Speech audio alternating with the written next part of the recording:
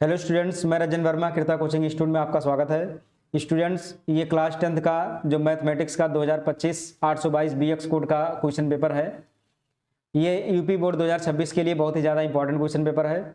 इसके पहले के 2 सेट अपलोड कर दिए गए हैं, अगर ना देखे हो तो जाकर के प्लेलिस्ट में देख सकते हैं या फिर इसका लिंक डिस्क्रिप्शन बॉक्स में मिल जाएगा, वहाँ से जाकर के सभी वीडियो देख सकते हैं। चलिए शुरू करते हैं 2025 के तीसरे सेट को। ये पहला क्वेश्चन है ऑब्जेक्टिव वाला बहुविकल्पीय प्रश्न, जो कि ओमार पे गोला करना होता है। पहला है tan थीटा बराबर 3/4 तो cos थीटा का मान। इसको कैसे लगाएंगे? इसको हमने इसके पहले ही सेट में भी बता दिया है पाइथागोरस का प्रयोग करके। tan थीटा बराबर होता है लंब बटे आधार। ये जो 3 है वो हो जाएगा लंब और जो 4 है वो हो जाएगा आधार। तो यहाँ 3 लिखेंगे और यहाँ 4 लिखेंगे। जब पाइथागोरस लगाएंगे तो 3 का स्क्वायर 9, 4 का स्क्वायर 16, 16 9 25, 25 का वर्गमूल 5, यानी कर्ण आ जाएगा 5। तो काश थीटा का क्या होता है? काश थीटा होता है आधार बटे कर्ण। आधार बटे कर्ण होता है। आधार कितना है? आधार है 4 और कर्ण है 5, 4/5, यानी ऑप्शन ये सही हो जाएगा। जैसे ये आधार बटे कर्ण कैसे आया, तो इसके लिए फार्मूला याद रखें, लाल बटे कक्का, लाल बटे कक्का। ये जो यल बटे के है ये साइन के लिए है, ये बटे के है कास के लिए, यल बटे ये है टैन के लिए। साइन का लंब बटे कर्ण, कास का आधार बटे कर्ण, टैन का लंब बटे आधार।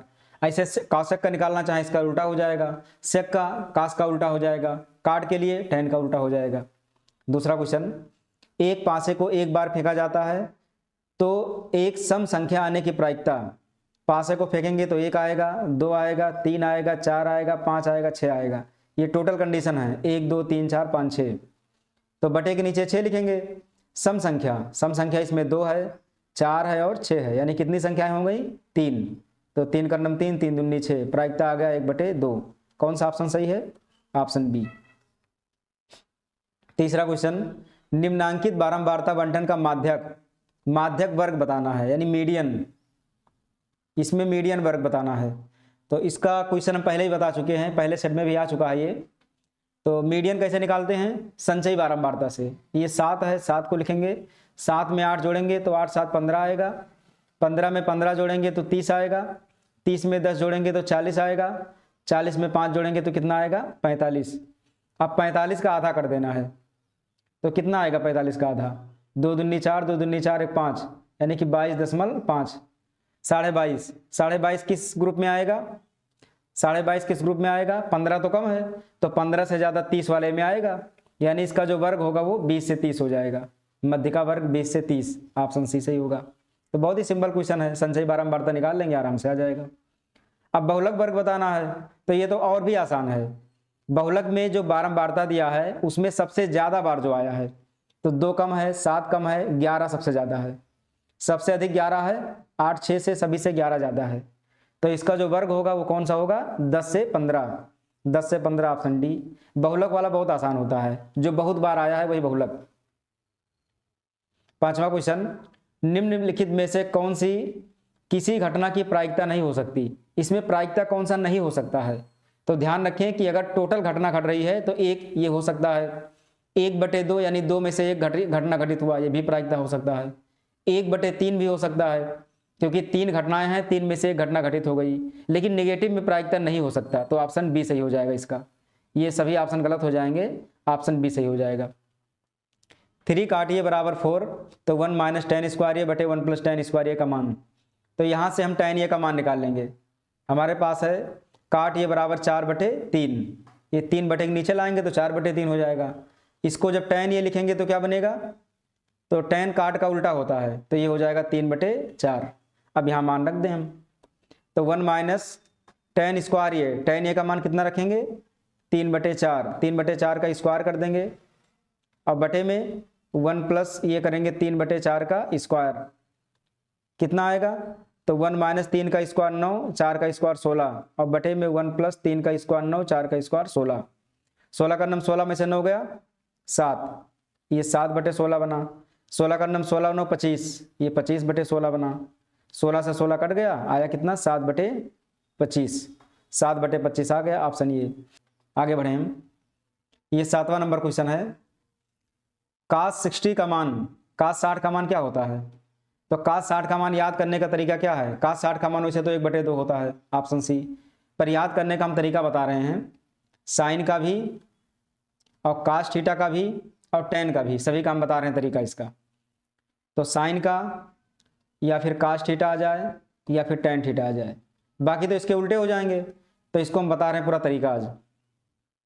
जितने मान होते हैं 90 तक के जितने मान होते हैं उसका हम तरीका बता दे रहे हैं। 0, 30, ये हो जाएगा 45 का, 60 का, फिर 90 का। ये इसको हम चार्ट के माध्यम से सभी मानों को आज हम सॉल्व कर देंगे, जो जो मान होता है ये फिर हमेशा याद रहेगा, कभी नहीं भूलेंगे।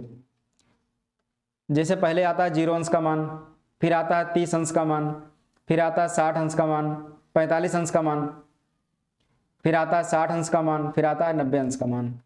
तो इसमें ध्यान रखें कि गिनती लिखेंगे हम, 0 से लेकर के 4 तक गिनती लिखेंगे साइन के लिए। 0, 1, 2, 3 और 4, सभी को 4 से डिवाइड करेंगे। इसमें सभी को 4 से डिवाइड करना है, सभी को 4 से डिवाइड कर देंगे। और 4 से डिवाइड करने के बाद सभी पर रूट लगा देंगे, यहाँ पर अंडर रूट कर देंगे सभी पर।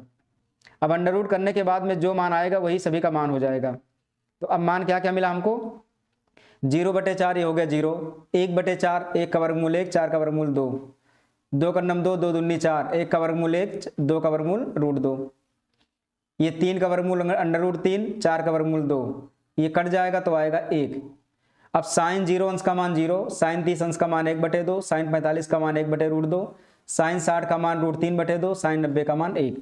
अब आएंगे कास पर, कास थीटा का मान, इसमें उल्टा लिखेंगे, 4 से शुरू करेंगे, 4, 3, 2, 1 और 0, सभी को 4 से डिवाइड करना है, सभी को 4 से डिवाइड करना है यहाँ पर भी। तो सभी को 4 से डिवाइड करेंगे और सभी का लगा देंगे अंडर रूट।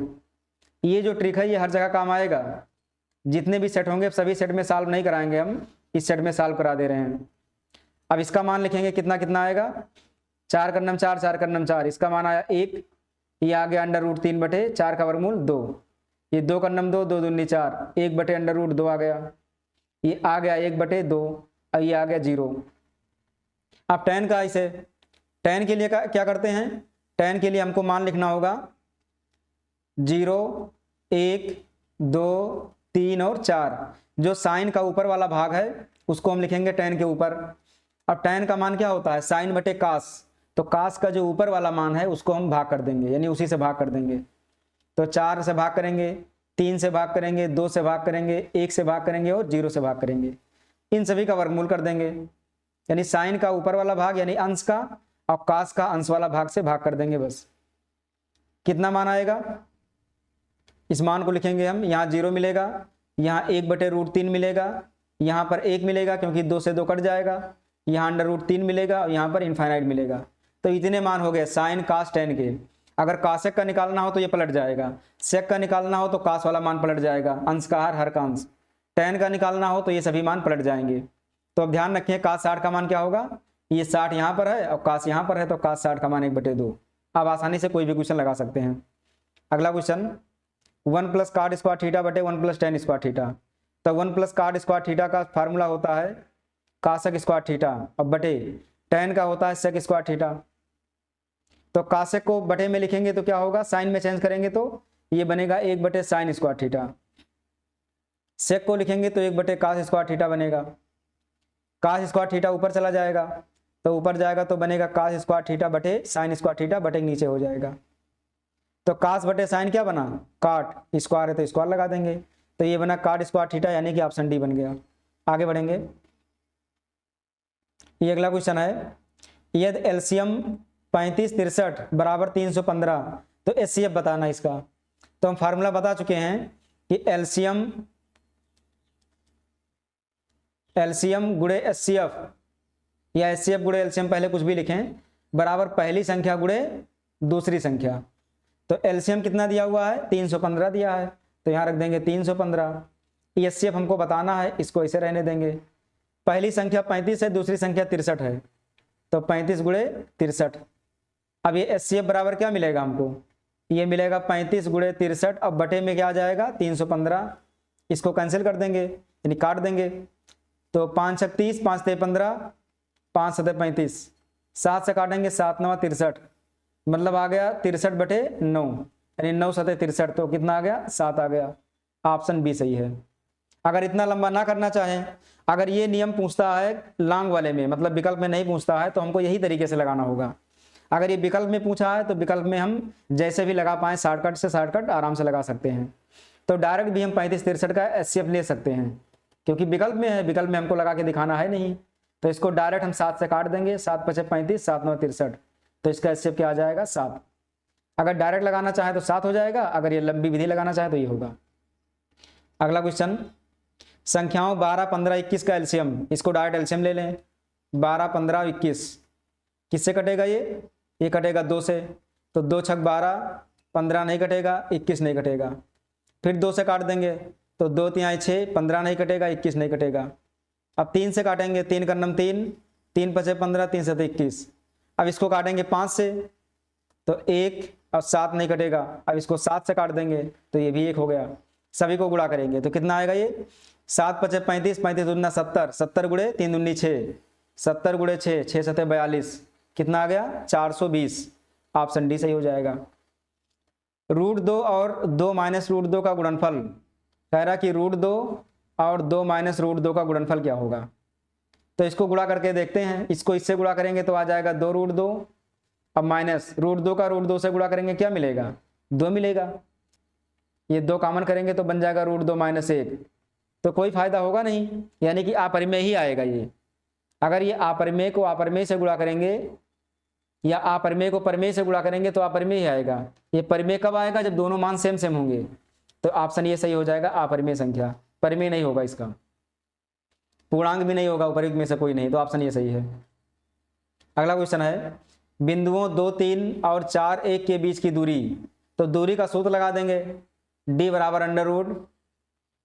√x2 - x1 का whole square plus y2 - y1 का होल स्क्वायर। इस तरह का सवाल पिछले सेट में कई बार आ चुका है, यानी कई क्वेश्चन आ चुके हैं, तो ये क्वेश्चन बार बार आते हैं। तो x2 कितना होगा? x1 y1, ये होगा x1, ये होगा y1, ये होगा x2, ये होगा y2। तो 4 - 2 का स्क्वायर प्लस y2 कितना है? 1 और y1 है 3। अब इसको सॉल्व कर लेंगे, तो 4 में से 2 घटाएंगे 2, 2 का स्क्वायर 4, 3 में से घटाएंगे -2, -2 का स्क्वायर 4, ये आ गया 4 × 4 = 8, 8 का वर्गमूल होता है 2√2, 2√2, ऑप्शन सी सही हो जाएगा। अगला क्वेश्चन है, यदि 5 सेंटीमीटर त्रिज्या वाले एक वृत्त के बिंदु P पर स्पर्श रेखा PQ केंद्र वो से जाने वाली एक रेखा से बिंदु Q पर इस प्रकार मिलती है कि OQ = 12 सेंटीमीटर, तो PQ की लंबाई, इसको हमें चित्र से बनाना होगा। ये क्वेश्चन पहले आ चुका है। तो ये हमने एक वृत्त बना दिया, और वृत्त का केंद्र क्या है? वृत्त का केंद्र यहाँ पर दिया है वो, तो इसका केंद्र हमने वो लिख दिया। और कह रहा कि 5 सेंटीमीटर इसका त्रिज्या है, और एक वृत्त के बिंदु P पर स्पर्श रेखा है। ये यहाँ मान लो बिंदु P है, यहाँ पर स्पर्श रेखा है, तो किसी न किसी पॉइंट से आया होगा। ये किसी पॉइंट से स्पर्श रेखा आया होगा। ये अगर स्पर्श रेखा है यहाँ पर, तो ये किसी पॉइंट से आया होगा, यहाँ से मान ले आया है, तो ये हमारा पॉइंट क्या है? P है। और यहाँ क्या है? यहाँ Q पॉइंट हो जाएगा, यहाँ लिखा है PQ केंद्र वो से जाने वाली रेखा एक रेखा से बिंदु Q पर इस प्रकार मिलती है कि OQ = 12 सेंटीमीटर, तो OQ ये 12 सेंटीमीटर कर देंगे, ये वाला, ये हो जाएगा 12 सेंटीमीटर, ये 12 सेंटीमीटर हो गया। त्रिज्या 5 सेंटीमीटर है, तो त्रिज्या के लिए इसको मिला देंगे, ये हो जाएगा त्रिज्या, ये 5 सेंटीमीटर। तो OQ हो गया, क्योंकि केंद्र वो है, अब Q कहाँ पर है? बाहर है, तो ये 12 सेंटीमीटर हो गया। अब हमको निकालना क्या है? हमको निकालना है PQ की लंबाई, यानी हमको ये निकालना है PQ, ये वाला हमको निकालना है। तो पाइथागोरस लगा दें, तो यहाँ पर 90 बनेगा। ये कर्ण है, ये लंब है, ये आधार है, तो लंब आधार हमको निकालना है, तो कर्ण में से लंब घट जाएगा, यानी कि PQ² बराबर क्या हो जाएगा? 12 का स्क्वायर 144, अब माइनस 5 का स्क्वायर 25, 14 में से 5 गया 9, और 3 में से 2 गया 1 और 1, 119। PQ बराबर कितना बनेगा? √119, √119 हो गया, ऑप्शन बी। आगे बढ़ेंगे। अगला क्वेश्चन है, चित्र में DE समांतर है BC के, यानी कि ये वाला और ये वाला समांतर है। AD = 3 सेंटीमीटर, ये वाला भुजा है 3 centimetre AD, DE 4 centimetre, D का मतलब ये वाला भुजा, जो समांतर वाला भुजा ये 4 सेंटीमीटर है। डी भी 1.5 सेंटीमीटर, ये वाला है 1.5 सेंटीमीटर यानी 1.5 सेंटीमीटर। तो बीसी की माप, बीसी ये वाला हमको बताना है, हमको ये बताना है, बीसी की माप बतानी है। तो इसमें ये वाला भुजा दिया, इसका मतलब हमको समरूपता का नियम का फॉलो करना पड़ेगा। अगर ये दोनों समांतर हैं तो ध्यान रखें कि ये कोण और ये कोण बराबर होगा, ये वाला कोण बराबर होगा, और ये उभयनिष्ठ कोण ही है। तो ये दोनों त्रिभुज समरूप हो जाएंगे। कौन कौन से त्रिभुज? तो त्रिभुज हमारे बड़े वाला यानी कि त्रिभुज ये बी सी समरूप हो जाएगा किसके? छोटे त्रिभुज के, यानी ये डी ई के समरूप हो जाएगा। तो त्रिभुज ये बी सी अगर इसके समरूप है तो समरूपता के नियमानुसार भुजा का अनुपात बराबर, यानी बड़ा त्रिभुज है ये बी, बड़े त्रिभुज की भुजा है ये बी बटे छोटे त्रिभुज का ये डी है, तो यहाँ ये डी लिख देंगे। अब हमको ये भुजा लेना है तो बगल वाला छोड़ देंगे। तो बड़े त्रिभुज का भुजा है बी सी और छोटे त्रिभुज का भुजा है डी ई, बस मान रख देंगे। ये बी का मान कितना है? हमारे पास ये डी और डी बी अलग अलग है, तो ये बी का मान कितना होगा? तो ये बी के मान के लिए हमको जोड़ना होगा, हमको ये डी और प्लस डी बी जोड़ना होगा। तो ये डी है 3 सेंटीमीटर और डी बी कितना है? 1.5 सेंटीमीटर, तो ये बन गया 4.5 सेंटीमीटर। तो यहाँ पर लिखना होगा 4.5। अब ये बी का मान कितना है? ये डी का मान कितना है? ये डी है 3, बी सी का मान हमको निकालना है और डी का मान है 4।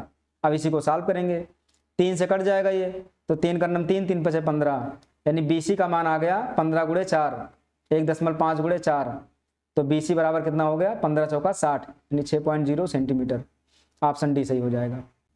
15 नंबर क्वेश्चन, 6 सेंटीमीटर त्रिज्या वाले एक वृत्त के एक त्रिज्यखंड का कोण 60 अंश है, तो त्रिज्यखंड का क्षेत्रफल, इसमें भी हमको चित्र बनाना होगा, हमको एक चित्र बनाना होगा। इसमें त्रिज्यखंड ले लेंगे, एक हो जाएगा ये त्रिज्यखंड, इसका कोण कितना है? 60 अंश है। त्रिज्यखंड का कोण 60 अंश है और त्रिज्या है 6 सेंटीमीटर। तो कह रहा त्रिज्यखंड का क्षेत्रफल, मतलब हमको कौन सा क्षेत्रफल निकालना है? ये वाला पार्ट, हमको ये इसका क्षेत्रफल निकालना है, येलो पार्ट वाले का। तो फार्मूला क्या होता है क्षेत्रफल का? त्रिज्यखंड का क्षेत्रफल होता है थीटा बटे 360 पाई आर स्क्वायर। मान रख देंगे, थीटा का मान है 60 बटे 360 गुणे पाई का मान, ऑप्शन में सभी में पाई लिखा हुआ है तो पाई का मान नहीं रखेंगे। 6 सेंटीमीटर त्रिज्या है तो 6 × 6 कर देंगे। अब इसको सॉल्व कर लें काट पीट करके, तो इसको काटेंगे तो आएगा 6 का 6 से काट देंगे, 1 6 बच जाएगा, यानी कि 6 पाई सेंटीमीटर स्क्वायर आ जाएगा। 6 pi centimetre square, option C सही है। तो ये अगला क्वेश्चन है, 10 सेंटीमीटर भुजा वाले 2 घनों के संलग्न फलकों को मिलाकर एक ठोस बनाया जाता है, इससे प्राप्त घनाभ का पृष्ठीय क्षेत्रफल। तो पहले हम 2 घन बनाएंगे तो ज़्यादा क्लियर होगा। एक घन, इसमें 2 घन टोटल हम बनाएंगे, क्योंकि चित्र बनाने से ज़्यादा क्वेश्चन समझ में आता है। तो हमारा ये घन ये बन गया, ये हो गया एक घन। अब एक घन और तैयार करते हैं इसी से।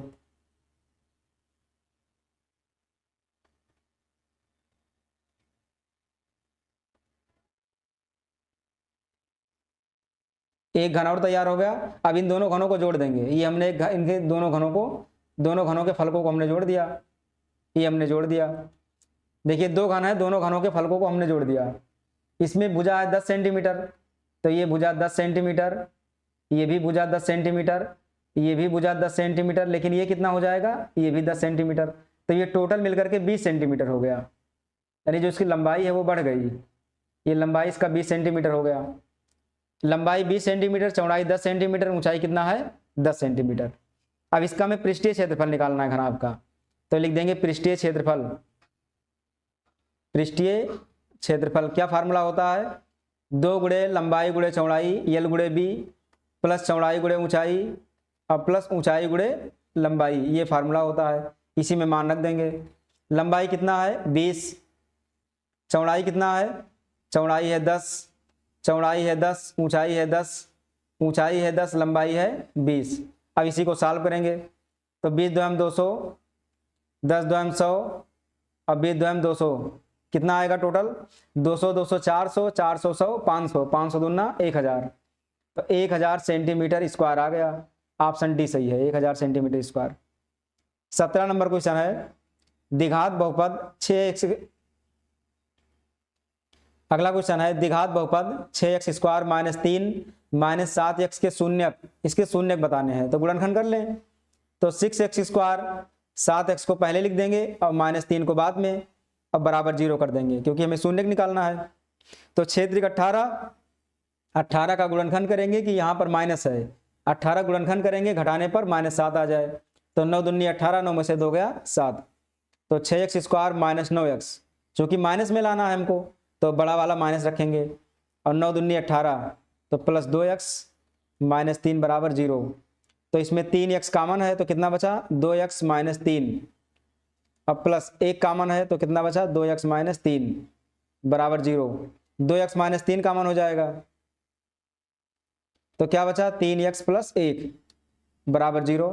अब x का मान निकाल लें, तो यहाँ से x का मान आ गया 3/2 और यहाँ से x का मान आ गया दूसरे वाले से -1/3, 3/2 -1/3, ऑप्शन बी सही है, 3/2 -1/3।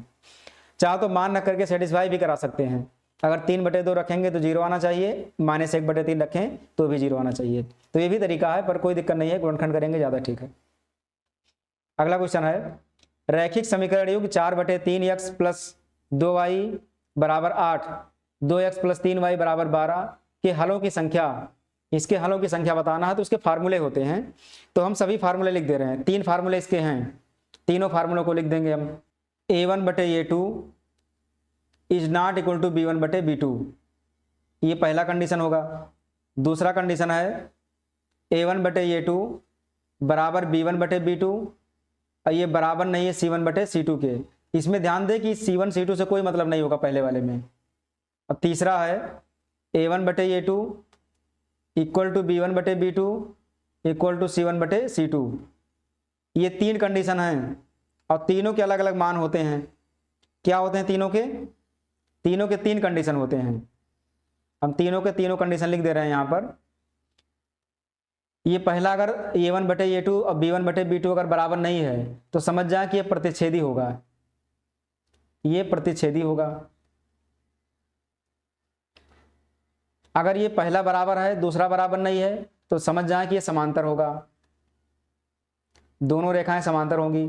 अगर तीनों बराबर है तो इसको कह सकते हैं समपाती रेखाएं, यानी एक रेखा के ऊपर दूसरा रेखा समपाती रेखा हो जाएगा। एक कंडीशन तो ये हो गया। अब इसी में और भी कंडीशन है। अगर प्रतिच्छेदी है तो उसके कितने हल होंगे? उसके अद्वितीय हल होंगे, यानी केवल एक हल। यहां लिख देंगे अद्वितीय हल, इसका होगा अद्वितीय हल। अगर समांतर है तो कोई हल नहीं, क्योंकि कहीं काटेगा ही नहीं, कोई हल नहीं। जब कहीं प्रतिच्छेद ही नहीं करेगा तो हल कहां से आएगा? समपाती है तो अनेक हल, क्योंकि हर जगह काटेगा ये, तो इसके हो जाएंगे अनेक हल। अब इसका एक कंडीशन और आता है, इसका एक कंडीशन और आता है। वो कंडीशन क्या है? अगर प्रतिच्छेदी तो उसको क्या कहेंगे? संगत, उसको संगत कहेंगे।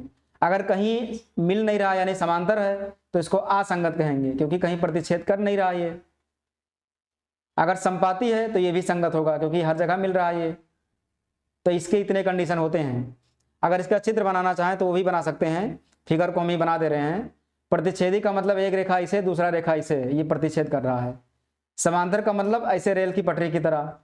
संपाती का मतलब एक रेखा ये है तो जो दूसरा रेखा होगा वो इसी के जस्ट ऊपर से जाएगा इसे, ये हो जाएगा संपाती। ये कंडीशन होते हैं।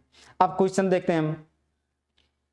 अब इसी में मान रख करके देखेंगे क्या आएगा, कौन सा आएगा। तो ये पहला मान है a1 और ये है b1 और इसको इधर लाएंगे तो ये बनेगा c1। ऐसे यहाँ पर a2 b2, इसको बाईं ओर लाएंगे तो c2। अब मान रखते हैं इसी में।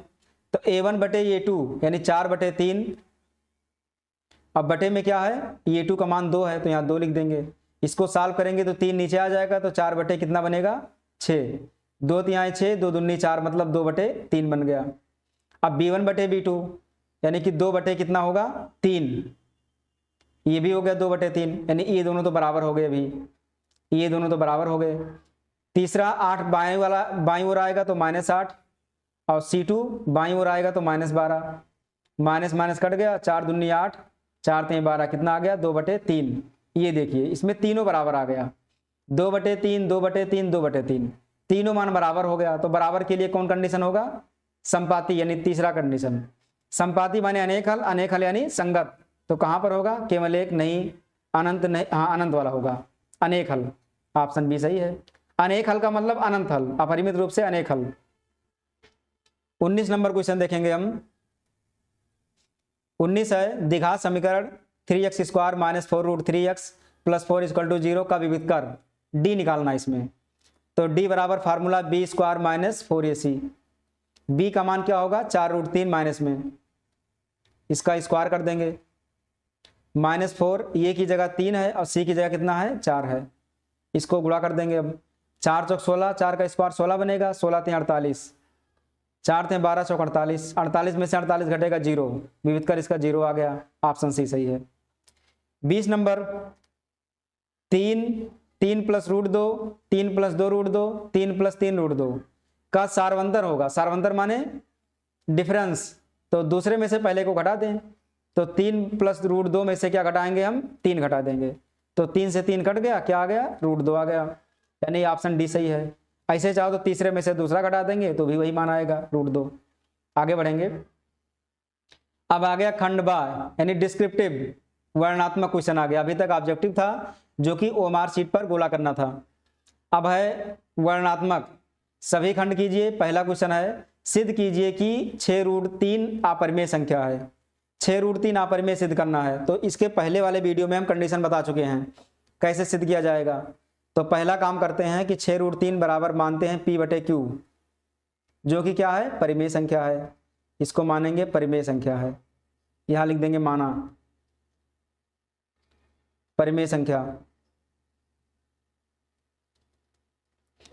जहां अगर परिमेय है तो बटे के नीचे जो Q है वो 0 के बराबर नहीं होना चाहिए, यानी नॉट इक्वल टू Q 0, तथा जो P और Q है वो सहअभाज्य होने चाहिए। लिखेंगे तथा P व Q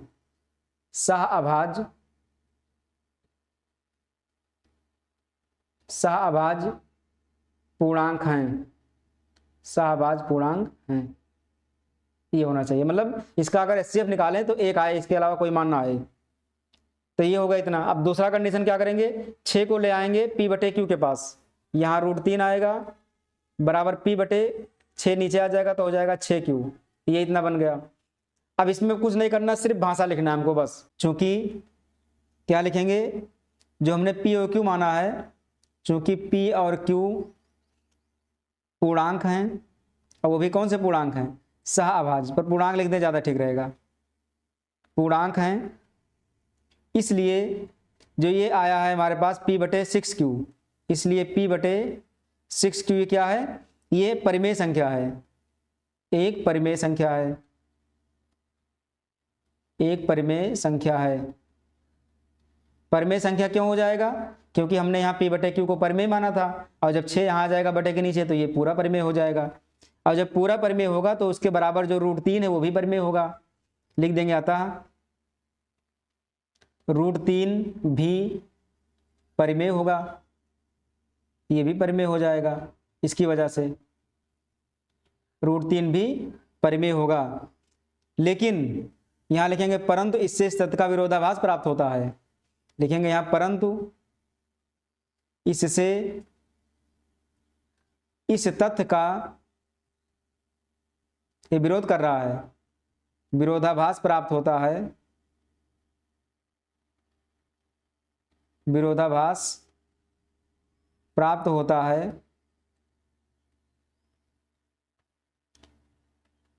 कि √3 एक क्या प्राप्त होता है, विरोधाभास अपरिमेय संख्या है, ये विरोध कर रहा है, √3 एक अपरिमेय संख्या है। और ये विरोधाभास आया कहां से है, तो यहां लिखेंगे यहां विरोधाभास, यहां विरोधाभास कहां से आया है, हमारी त्रुटिपूर्ण परिकल्पना से। यहां विरोधाभास हमारी त्रुटिपूर्ण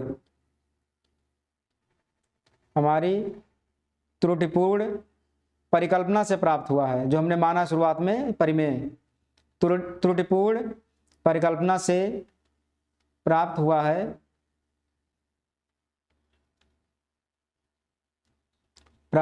है, कि हमने क्या माना था कि ये क्या है, परिमेय संख्या है, कि 6√3 एक परिमेय संख्या है। 6√3 एक परिमेय संख्या, हमने इसको परिमेय माना था, एक परिमेय संख्या है। पर ये क्या है, परिमेय नहीं है, तो यहां लिखेंगे जबकि, या ये भी लिख सकते हैं कि निष्कर्ष निकालने के बाद, या डायरेक्ट लिख दें कि जबकि 6√3 एक अपरिमेय संख्या है, एक अपरिमेय संख्या है, ये हो जाएगा। तो इतना याद रखें, पूरा जो भाषा लिखने वाला इसको याद रखें, आराम से नंबर मिल जाएंगे। अगला क्वेश्चन है, यदि बिंदु Q01 बिंदुओं 5 -3 R x 6 से समदूरस्थ है तो x के मान ज्ञात कीजिए। कह रहा है जो Q बिंदु है वो P और R से समदूरस्थ है, तो यहाँ पर बना देंगे Q बिंदु 0,1 और यहाँ पर लिख देंगे P बिंदु 5, -3 और यहाँ पर कर देंगे R पॉइंट जो है x, 6।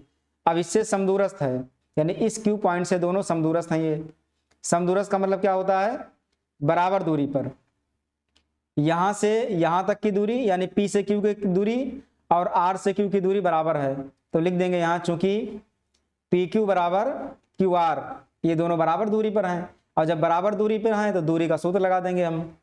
दूरी का फार्मूला क्या होता है, x2 - x1 का होल स्क्वायर, इसको मानेंगे x1, इसको मानेंगे y1, इसको मानेंगे x2, इसको मानेंगे y2। ऐसे यहाँ पर भी चाहो तो x3 y3 मान सकते हैं, तो x2 - x1 यानी 5 में से 0 घटाएंगे तो 5 - 0 का स्क्वायर प्लस -3 में से 1 घटाएंगे तो -3 - 1 का स्क्वायर बराबर QR के लिए x3 - x1 यानी कि x में से 0 घटाएंगे तो x - 0 का स्क्वायर प्लस 6 में से 1 घटाएंगे तो 6 - 1 का स्क्वायर। अब अंडर रूट लगा देंगे यहाँ। अब इसमें दोनों पक्षों का वर्ग करना पड़ेगा, देखेंगे दोनों पक्षों का वर्ग करने पर, दोनों पक्षों का वर्ग करने पर, दोनों पक्षों का वर्ग करने पर, तो जब वर्ग करेंगे तो रूट हट जाएगा, डायरेक्ट हटा दे रहे हैं रूट हम। 5 का स्क्वायर बनेगा 25 और ये -3 - 1 है तो कितना हो जाएगा -4 का स्क्वायर प्लस 16, यहाँ पर x स्क्वायर और ये 6 में से 1 गया 5 का स्क्वायर हो जाएगा 25, तो 25 से 25 कट गया यानी कि 16 बराबर आ गया x स्क्वायर, मतलब कि x का मान कितना आ गया +4, x का मान +4 हो गया, तो x के दो मान आ गए +4 और -4 दो मान हो गए, ये हो गया आंसर इसका। आगे बढ़ेंगे। गा नंबर, वह अनुपात ज्ञात कीजिए जिसमें YH बिंदुओं 5, -6 और -1, -4 को जोड़ने वाले रेखाखंड को विभाजित करता है। तो एक रेखाखंड बनाएंगे हम पहले, ये हो गया रेखाखंड, यहाँ पर एक पॉइंट है जो कि है 5, -6, यहाँ पर एक पॉइंट है जो कि है -1, -4। ये बिंदुओं जोड़ने वाले रेखाखंड को विभाजित करता है कौन, YH। तो यहाँ पर मान लें YH गया, इसे ये मान लें कि YH गया यहाँ पर, तो Y अक्ष पर x का मान 0 होता है, Y अक्ष पर x का मान 0 होता है, सिर्फ Y रहता है यहाँ पर, इस तरह से Y अक्ष पर x का मान 0 होगा। तो हमको अनुपात बताना है, अनुपात का मतलब यमन अनुपात M2, यमोन अनुपात M2 बताना है। तो कोई एक मान ले लेंगे हम, तो Y ना लेकर के हम 0 लेंगे। अगर यहाँ पर Y का मान बताना होता तो यमोन M2 दिया रहता, तो हमको क्या बताना है यमोन M2, तो हम 0 वाले से सॉल्व करेंगे। तो ये 0 क्या है, x है, तो x, y यानी x का मान 0 है। तो फार्मूला क्या होता है, x बराबर होता है m1 x2 plus m2 x1 बटे m1 प्लस m2, ये होता है फार्मूला।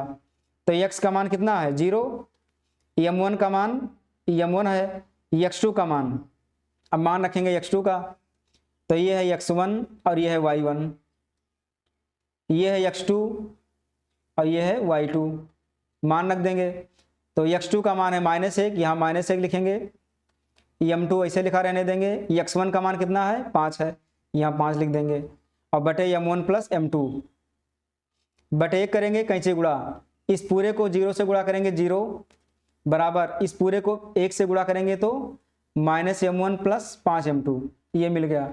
माइनस वाले को बाईं ओर ले आएंगे तो m1 बराबर हो जाएगा 5m2, m2 आ जाएगा बटे के नीचे यानी m1 बटे m2 हो जाएगा, और यहाँ क्या बचा 5/1, यानी कि M1 अनुपात M2 बराबर क्या मिल गया 5:1 मिल गया। ये 5:1 इसका आंसर हो जाएगा। आंसर हो गया 5:1। अगला क्वेश्चन है, सिद्ध कीजिए कि 1 + cos θ बटे 1 - cos θ बटे 1 + cos θ बराबर cosec θ - cot θ। तो LHS को सॉल्व करेंगे हम। LHS लेफ्ट हैंड साइड, तो इसमें कॉन्जुगेट करना होगा। पहले एक बार उतार लें इसको, तो 1 - cos θ बटे 1 + cos θ, तो इसका कॉन्जुगेट करते हैं हम।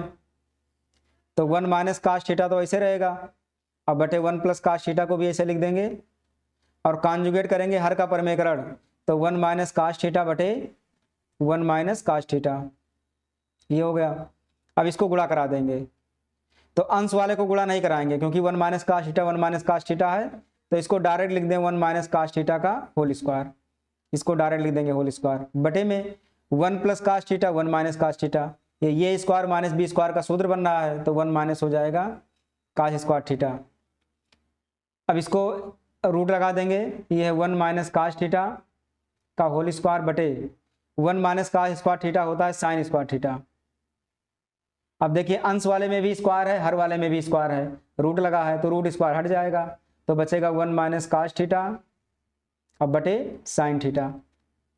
इसको अलग अलग करेंगे तो 1 / साइन थीटा बनेगा, अब माइनस ये बनेगा cos θ बटे साइन थीटा।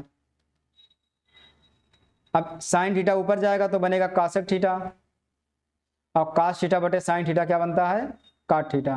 तो आ गया डी RHS आ गया प्रूव्ड, RHS आ गया प्रूव्ड। आगे बढ़ेंगे,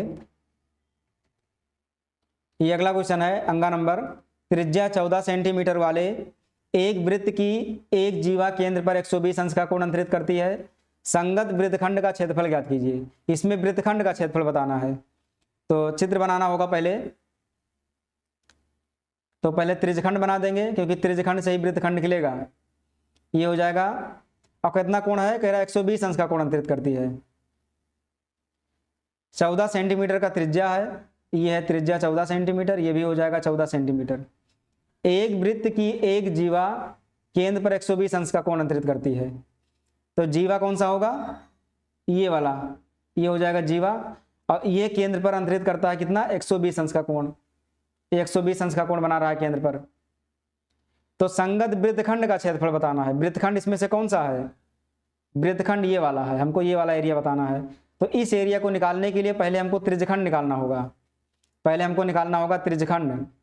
इसको वो मान लें, इसको ये मान लें, इसको बी मान लें। तो पहले त्रिज्यखंड निकालेंगे, लिखेंगे त्रिज्यखंड का क्षेत्रफल बराबर, त्रिज्यखंड का क्षेत्रफल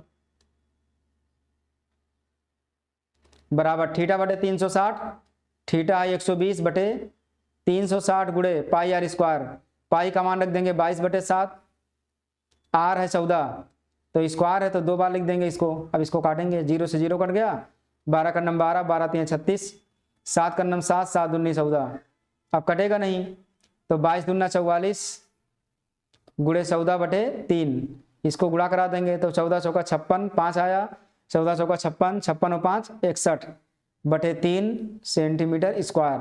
ये आ गया त्रिज्यखंड का क्षेत्रफल। अब हमको निकालना है वृत्तखंड का क्षेत्रफल। अब लिखेंगे यहां वृत्तखंड का क्षेत्रफल। वृत्तखंड का क्षेत्रफल क्या होता है, ये पूरा हो गया त्रिज्यखंड, और त्रिज्यखंड में से हमको क्या घटाना है, हमको त्रिज्यखंड में से घटाना है त्रिभुज, यानी ये वाला पार्ट घटाना है। इसको घटा देंगे तो येलो वाला पार्ट आ जाएगा। तो यहां लिखेंगे त्रिज्यखंड का क्षेत्रफल, त्रिज्यखंड का क्षेत्रफल माइनस त्रिभुज का क्षेत्रफल। और कौन सा त्रिभुज, वो ए बी, त्रिभुज ओ ए बी का क्षेत्रफल, यानी area of triangle O A B. तो त्रिज्यखंड का क्षेत्रफल कितना आया है 616/3 सेंटीमीटर स्क्वायर माइनस, अब त्रिभुज का क्षेत्रफल कैसे निकाला जाए, तो इस पर पहले एक लंब खींचते हैं हम, ये हो गया लंब, हमने इस पर एक लंब खींच दिया। और कोण कितना होगा, हमको कोण लेना होगा, जैसे ये 120 अंश से पूरा है तो टोटल 180 अंश होता है, तो कितना बचा 60 अंश बच गया। और ये दोनों त्रिज्याएं बराबर हैं, तो इसका मतलब 30 अंश ये हो गया और ये वाला भी हो गया 30 अंश। 30 30 60 अंश हो गया। अब ये 30 अंश, ये 90 अंश है। तो अब इसमें कुछ कोण लगा करके आधार का और लंब का मान निकाल लें तो क्षेत्रफल आ जाएगा। तो हमको पहले क्या निकालना होगा, आधार निकाल लें चाहे लंब निकाल लें, दोनों में से कोई निकाल लें। तो लगा दे रहे हैं sin 30, यहाँ लिख देंगे sin 30 बराबर, तो यहाँ लिखेंगे sin 30 बराबर लंब बटे कर्ण। लंब कितना है, इसको मान ले रहे हैं c, तो लंब है OC बटे कर्ण कितना है OA। sin 30 का मान 1/2, OC का मान हमको निकालना है और OA का मान कितना दिया है 14 सेंटीमीटर। तो 2 का नम 2, 2 सतह 14, यानी ये OC का मान कितना आ गया 7। OC का मान 7 आ गया, मतलब ये 7 आ गया लंब। तो अब पाइथागोरस से निकाल सकते हैं AC, तो पाइथागोरस से AC निकाल लें। तो लिख देंगे AC बराबर अंडर रूट क्या होगा, कर्ण का स्क्वायर यानी 14 14, यहाँ कितना बनेगा 196 माइनस लंब को घटा देंगे यानी 7 7 49 घटा देंगे, तो कितना आया ये 16 में से 9 गया 7 और 8 में से 4 गया 4 और 1 147 आ गया, यानी अंडर रूट 147 आ गया AC का मान। तो इसका दुगना करेंगे तभी तो ये भी का मान आएगा, तो ये भी का मान कितना मिलेगा इसका दुगना, यानी 2 गुणे अंडर रूट 147, इतना मान आ गया। अब इसका क्षेत्रफल निकाल सकते हैं, तो 1/2 गुणे आधार गुणे ऊंचाई, आधार है ये भी, ऊंचाई क्या है OC, तो इसका अगर वर्गमूल निकालें हम तो कितना आएगा 147 का वर्गमूल निकालेंगे तो 3 से कटेगा, 3 चौक 12, 3 9 27, 49 का वर्गमूल हो जाएगा 7, तो ये बनेगा 7 और बाहर 2 है तो 7 दूनी 14 रूट कितना बन गया 3 बन गया, ये बन गया 14 रूट 3। अब मान रख दें हम, अब हमको निकालना है इसका एरिया 1/2 ये भी गुणे OC, तो इसी में मान रखेंगे, तो ये 616/3 है और माइनस 1/2 गुणे आधार कितना AB कितना दिया है, ये भी का मान आया है 14 रूट 3, 14 रूट 3 आया है मान इसका, तो यहाँ लिख देंगे 14 रूट 3 गुणे OC का मान कितना है, OC का मान ये आया 7, यहाँ 7 रख देंगे, 2 सतह 14, तो ये मिल गया, इसको यहाँ लिख दें अलग हम 616/3 अब माइनस 7 7 49 रूट 3 सेंटीमीटर स्क्वायर, ये हो जाएगा इसका आंसर। अब अगर इसको दशमलव में लाना चाहें तो भाग कर दें, इसको रूट 3 का मान रख करके घटा दें, आराम से दशमलव में आ जाएगा। पाई में अगर लाना चाहें तो पाई का मान जो हमने रख दिया था इस पाई के मान को ना रखें तो पाई में माना जाएगा, कोई दिक्कत नहीं, जो लगाना चाहें जैसे भी आगे बढ़ेंगे। ये 4 नंबर क्वेश्चन है, 52 पत्तों की एक अच्छी प्रकार से फेंटी गई गड्डी में से एक पत्ता निकाला जाता है, निम्नलिखित के प्राप्त करने की प्रायिकता ज्ञात कीजिए। लाल रंग का बादशाह एक तस्वीर वाला पत्ता यानी फेस कार्ड, तो 52 पत्ता टोटल है, 52 पत्ते में से लाल रंग का बादशाह निकाला जाता है।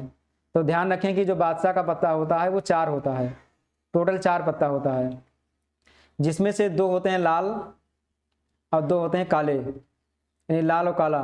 तो जो 2 लाल होता है वो कौन कौन सा होता है, एक होता है ईंट का और दूसरा होता है पान का, और जो काला 2 होता है वो एक होता है चिड़ी का और एक होता है हुकुम का, हुकुम का। ये टोटल 4 पत्ते होते हैं। अब इन्हीं चारों पत्तों में से हमें निकालना है, अब इन्हीं 4 पत्तों में से क्या निकालना है, हमको लाल रंग का निकालना है। तो लाल रंग के हमारे पास 2 पत्ते हैं टोटल, तो लिख देंगे 2 बटे टोटल कितने हैं 52, कट जाएगा ये तो कितना आएगा 26, यानी 1/26 आ गया। तो लिख देंगे कि लाल रंग का बादशाह निकालने की प्रायिकता बराबर 1/26, ये आंसर हो गया। अब है तस्वीर वाला पत्ता, तो ध्यान रखें कि तस्वीर में J वाला होता है, Q वाला होता है, K वाला होता है। J का मतलब जोकर, Q से क्वीन और K का किंग यानी बादशाह। तो इसमें 4 पत्ते होंगे, इसमें 4 होंगे, इसमें 4 होंगे, टोटल मिला के कितने पत्ते हो गए 12 पत्ते। तो तस्वीर वाला पत्ता निकालने की प्रायिकता, तो लिख देंगे एक तस्वीर वाला पत्ता निकालने की प्रायिकता,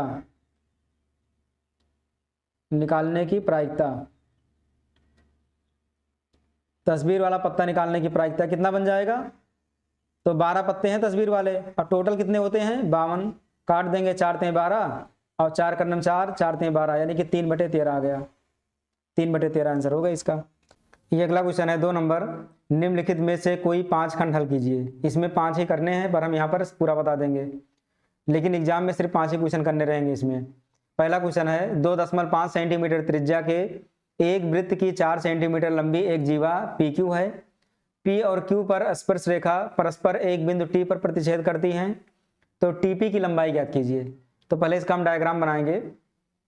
एक बनाएंगे वृत्त, वृत्त में केंद्र होगा वो, इसमें केंद्र नहीं दिया है तो केंद्र हम वो मान लेंगे। कह रहा कि जो स्पर्श रेखा है वो T पर प्रतिच्छेद करती हैं, तो पहले दो स्पर्श रेखाएं बनाएंगे हम। एक स्पर्श रेखा ये हो जाएगा, दूसरा ये हो जाएगा। ये दोनों स्पर्श रेखाएं कहाँ पर प्रतिच्छेद करती हैं? बिंदु T पर। और यहाँ पर एक जीवा खींचा गया है, 4 सेंटीमीटर की जीवा PQ है, जो कि P और Q पर स्पर्श रेखाएं परस्पर बिंदु T पर प्रतिच्छेद करती हैं। तो यहाँ पर ले लेंगे P और इस वाले बिंदु पर लेंगे Q। ये P और Q दो बिंदु हो जाएंगे, PT और QT स्पर्श रेखाएं बन जाएंगी ये। तो इसको मिला देंगे हम जीवा को, PQ जीवा को यहाँ से मिला देंगे। ये हमने इसको मिला दिया। अब जीवा की लंबाई कितनी है? ये 4 सेंटीमीटर है, तो यहाँ लिख देंगे 4 सेंटीमीटर जीवा की लंबाई। त्रिज्या हो जाएगा 2.5 सेंटीमीटर, तो त्रिज्या को हम यहाँ पर मिला देंगे, इसको यहाँ मैच करा देंगे, यहाँ मिलाएंगे और इसको मिला देंगे इस जगह पर। तो इसकी जो लंबाई है वो 2.5 सेंटीमीटर, तो ये भी हो जाएगा 2.5 सेंटीमीटर। अब हमको इसमें निकालना क्या है? हमको निकालना TP की लंबाई। TP ये वाला है, तो यही हमको निकालना है, तो इसको x मान ले रहे हैं, हमको यही निकालना है TP की लंबाई। कैसे निकाला जाएगा TP? तो इसमें हमको एक लाइन खींचना पड़ेगा बीच से, एक बीच से एक लाइन खींच देंगे हम, यानी वो से T तक एक लाइन खींचेंगे हम। ऐसे हमने एक लाइन खींच दिया। अब क्या करेंगे, यहाँ पर ध्यान से देखें। अब इसमें ध्यान दें कि ये वाला और ये वाला, ये दोनों भुजा क्या हैं? ये दोनों भुजाएं क्या हैं? तो ये स्पर्श रेखाएं हैं दोनों। अगर स्पर्श रेखाएं हैं तो दोनों भुजा बराबर होगी आपस में। अगर ये दोनों भुजा बराबर होगा तो ये दोनों कोण बराबर हो जाएंगे और ये जो है लंबवत हो जाएगा 90 अंश। और 90 अंश क्यों होगा? क्योंकि इधर भी ये दोनों त्रिज्याएं बराबर हैं, तो ये बीचों बीच में से जाएगा, यानी कि 90 अंश का कोण बनाता हुआ जाएगा ये, तो 90 अंश का कोण हो जाएगा। तो और ये वाला जो भुजा है P से लेकर के Q तक जो जीवा दिया गया है, इसके बीच में कोई पॉइंट ले लें हम। यहाँ ले रहे हैं हम, ले ले R, यहाँ पर पॉइंट ले रहे हैं R। तो जो PR वाला जो मान होगा वो कितना हो जाएगा? ये हो जाएगा 2 सेंटीमीटर। यहाँ लिख देंगे चूंकि PR बराबर 2 सेंटीमीटर और जो RQ है वो भी 2 सेंटीमीटर हो जाएगा, तो उसको हम छोड़ दें, उसकी हमें कोई जरूरत नहीं है। अब वो से लेकर के R तक हमको निकालना पड़ेगा और R से लेकर के T तक निकालना पड़ेगा। अब PT हमने मान ही लिया है, हमने PT कितना माना है? x मान लिया है। अब OP दिया हुआ है, OP दिया है 2.5 सेंटीमीटर। और क्या दिया है? बस और इतना मान दिया हुआ हमारे पास। अब हमको निकालना है PT। तो कैसे निकाला जाएगा PT की लंबाई, यानी कि TP की लंबाई कैसे निकाला जाएगा? तो सबसे पहले OR निकाल लें। अगर OR निकाल लेंगे तो RT को कुछ मान लेंगे हम, और फिर ये वाला जो कोण है ये भी 90 अंश का होगा। ये 90 अंश इसलिए होगा क्योंकि केंद्र से स्पर्श रेखा के स्पर्श बिंदु पर रेखा खींचा गया है, तो स्पर्श रेखा पर ये जो रेखा है त्रिज्या वाला, ये क्या हो जाएगी? लंब हो जाएगी। तो ये भी 90 होगा, ये भी 90 होगा। तो यहाँ से एक पाइथागोरस लगा देंगे हम, एक बड़ा सा पाइथागोरस लगा देंगे। तो उसको लगाने से पहले इसमें पाइथागोरस लगा दें, वो PR में। तो लिख देंगे त्रिभुज वो PR में, पहले वो PR में लगाएंगे पाइथागोरस प्रमेय। तो वो PR में जब पाइथागोरस प्रमेय लगाएंगे तो क्या होगा? ये 90 अंश है इधर वाला, तो कर्ण बनेगा 2.5, तो कर्ण हो जाएगा 2.5 का स्क्वायर और बराबर आधार होगा वो R, तो आधार OR का स्क्वायर प्लस लंब क्या बनेगा? लंब का भुजा कितना होगा? तो ये होगा 2 सेंटीमीटर। हमने लिखा है यहाँ पर PR 2 सेंटीमीटर, तो 2 का स्क्वायर कर देंगे, तो 2.5 का स्क्वायर हो जाएगा 6.25 बराबर OR स्क्वायर और प्लस 2 का स्क्वायर 4, आकर इधर घट जाएगा, तो ये OR स्क्वायर बराबर बन जाएगा 6.25 में से 4 घटेगा तो आएगा 2.25, यानी OR का मान कितना मिलेगा? √2.25 यानी 225। और 225 का वर्गमूल निकालेंगे तो 15 आएगा। 0.2 स्थान पर था, अब लगेगा 1 स्थान पर, तो 1.5 सेंटीमीटर आ गया OR की लंबाई। OR का मतलब ये वाला, ये यहाँ से यहाँ तक आ गया 1.5 सेंटीमीटर। अब RT को कुछ मान लेंगे हम, तो RT को यहाँ मान रहे हैं Y, इसको Y हम मान लेंगे। यहाँ लिख देंगे RT बराबर Y सेंटीमीटर। अब त्रिभुज लेंगे POT में, लिख देंगे त्रिभुज POT में। त्रिभुज POT लगाएंगे तो क्या मिलेगा हमको? पूरा त्रिभुज बड़ा वाला, तो इसमें लंब बनेगा OP यानी 2.5 का स्क्वायर, अब प्लस आधार क्या बनेगा? x बनेगा यानी PT, तो x का स्क्वायर, हमको PT ही निकालना है, तो x का स्क्वायर, अब बराबर कर्ण बनेगा OT, OT का मतलब O R plus R T, तो ओ आर की जगह पर आया है 1.5 और प्लस आर टी को हमने क्या माना है वाई, तो इसका स्क्वायर कर देंगे। अब इसको सॉल्व करेंगे, 2.5 का स्क्वायर हो जाएगा 6.25 प्लस एक्स स्क्वायर और प्लस ए प्लस बी का होल स्क्वायर, तो 15 15 यहाँ 225 यानी 2.25 plus y square plus 2ab, तो 2 और 1.5 का गुणा करेंगे तो 3 हो जाएगा, 15 दूना 30, तो 3y बन जाएगा ये। अब इसको थोड़ा हम सॉल्व करें तो 2.25 आ जाएगा बाईं ओर, तो 6.25 में से 2.25 घट जाएगा।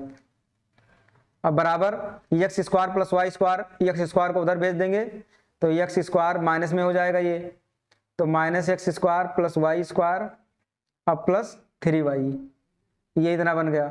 अब इसको माइनस करेंगे तो क्या आएगा, 0.25 में से 0.25 घटाएंगे 0 और 6 में से 2 घटाएंगे 4, अब बराबर हो गया minus x square plus y square plus 3y।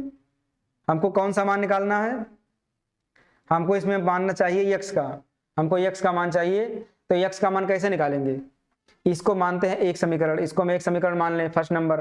अब एक बार त्रिभुज ले लेंगे PRT, एक बार हम PRT ले लेते हैं, अगर PRT ले लेंगे तो आराम से आ जाएगा, तो लिख देंगे त्रिभुज PRT में, एक बार हम त्रिभुज PRT लेते हैं, तो PRT में कौन कौन सा मान है, ये 90 अंश का है तो ये लंब हो गया, ये आधार हो गया, लंब है 2 तो 2 का स्क्वायर और प्लस आधार कितना है y है, तो इसको लिख देंगे y का स्क्वायर बराबर, और कर्ण क्या है x है, x स्क्वायर हो जाएगा, ये इतना बन गया।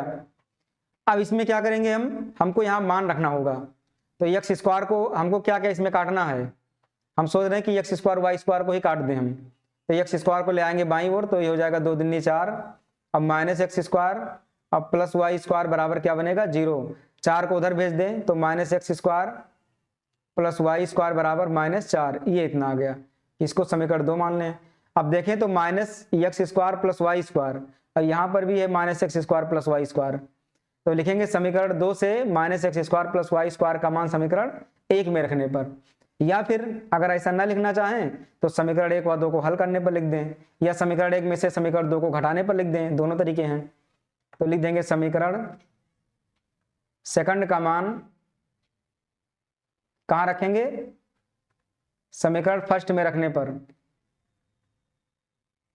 समीकरण फर्स्ट में रखेंगे, तो समीकरण फर्स्ट में रखेंगे तो ये है 4 बराबर, इसकी जगह पर कितना हो जाएगा -4 हो जाएगा, तो यहाँ -4 हो गया और प्लस 3y, तो 4 इधर आएगा तो 8 बराबर 3y, यानी कि y का मान हमको मिल गया 8/3, y का मान 8/3 मिल गया। लेकिन हमको चाहिए किसका मान, हमको चाहिए x का मान। अब किस समीकरण में रख दें कि x का मान मिल जाए आसानी से, तो इसी 2 में ही रख दें, हम समीकरण 2 में रख देंगे x का मान मिल जाएगा, लिख देंगे y का मान समीकरण 2 में रखने पर, यहाँ लिख देंगे यहीं पर y का मान समीकरण सेकंड में रखने पर, समीकरण सेकंड में रखने पर पूरा, तो कितना है माइनस एक्स स्क्वायर ऐसे रहेगा, ये वाई स्क्वायर है तो वाई का मान 8/3 है, स्क्वायर करेंगे 8 8 64/3 त्रिका 9 बराबर -4, ये उधर जाएगा तो माइनस एक्स स्क्वायर बराबर क्या मिला -4 -64/9, तो 9 चौक 36, 36 और 64 कितना बनेगा, ये बनेगा -100/9, माइनस माइनस कट गया, तो x बराबर कितना मान आएगा, तो x बराबर जो हमारा मान आ जाएगा वो कितना आएगा,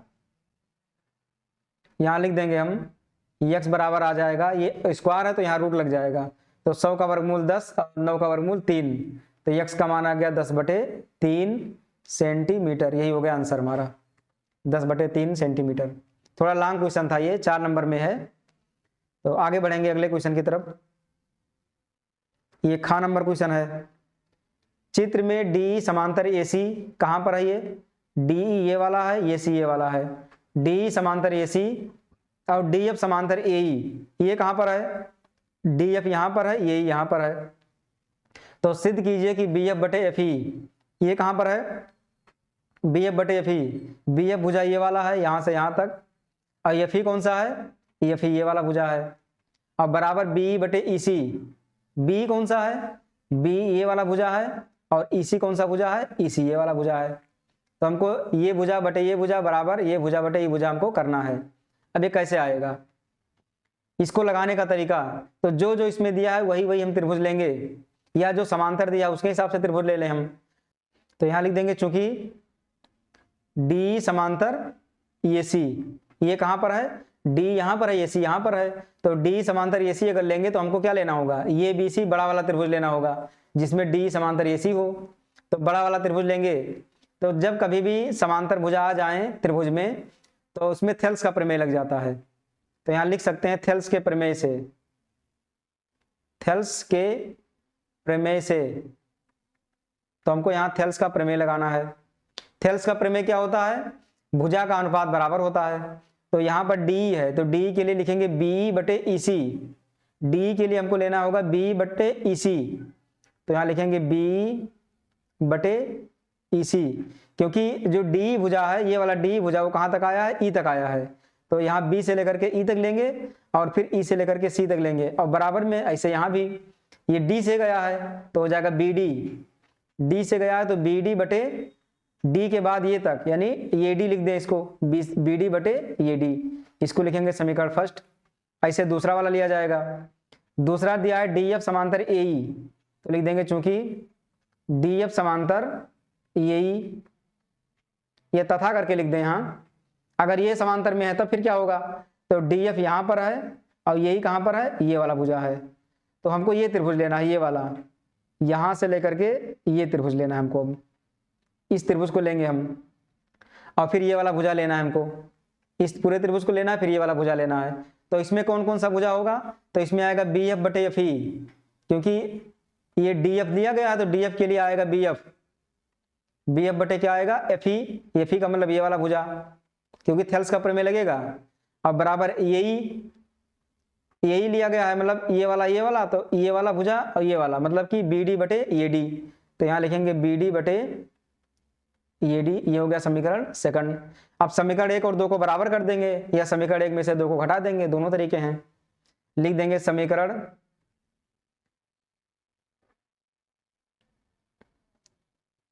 फर्स्ट से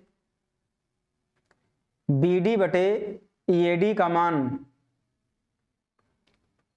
मान समीकरण सेकंड में रखने पर, घटा देंगे तो भी आ जाएगा, रखने पर तो मान रख देंगे BD/AD यहाँ पर है, तो समीकरण 2 हम इसे लिख देंगे, पहले BF/FE लिखा है, अब बराबर BD/AD यहाँ पर है और यहाँ पर BD/AD है, तो इसका मान कितना दिया है, B/EC, तो यहाँ लिख देंगे B/EC, ये मान आ गया, ये हो गया हमारा सिद्ध, यही हमको लाना था, तो यहाँ लिख देंगे प्रूव्ड, ये सिद्ध हो गया। आगे बढ़ेंगे, ये गा नंबर क्वेश्चन है, किसी AP के प्रथम 9 पदों का योग 81 है, प्रथम 17 पदों का योग 289 है, तो उसका प्रथम पद और सारवंतर ज्ञात कीजिए। प्रथम पद का मतलब ये बताना है और सारवंतर माने D बताना है, तो क्या लगाएंगे इसमें फार्मूला, प्रथम 9 पदों का योग 81 दिया है, तो 9 पदों का योग मतलब S9, ये दिया 81, 17 पदों का योग 289 है, तो यह 17 बराबर लिखा है 289, इसको ऐसा लिख देंगे। अब इससे 2 समीकरण बनेंगे, फार्मूला क्या होता है, सूत्र होता है Sn बराबर n/2 2a + n-1 into D, इसी फार्मूले का प्रयोग करेंगे।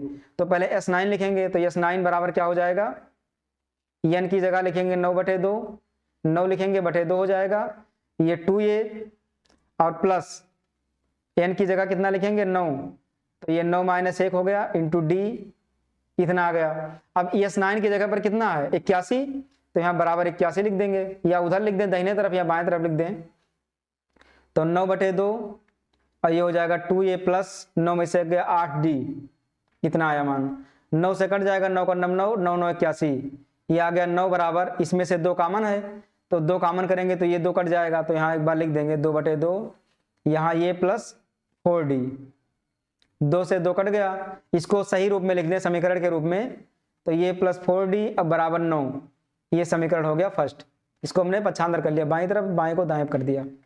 ऐसे दूसरा वाला, दूसरे के लिए भी सेम होगा, वही 289 जो है उसके लिए भी सेम प्रक्रिया, इसमें भी वही रहेगा, तो डायरेक्ट लिख रहे हैं इसको हम 17/2 और क्या होगा 2a प्लस 17 में से गया 16 डी, अब बराबर क्या बनेगा 289। इसको हमने डायरेक्ट लिख दिया 289, 17 17 यहाँ 289। अब 2 कॉमन हो जाएगा इसमें से, तो 2 कॉमन होगा तो क्या बचेगा ये प्लस 8d, अब बराबर 17, 2 से 2 कट गया तो कितना बचा ये प्लस 8d बराबर ये 17। ये समीकरण हो गया 2। अब समीकरण 1 में से 2 घटाने पर या समीकरण 1 और 2 को हल करने पर, तो लिख देंगे समीकरण फर्स्ट हुआ सेकंड, फर्स्ट में से सेकंड घटाने पर लिख दें, फर्स्ट में से सेकंड घटाने पर,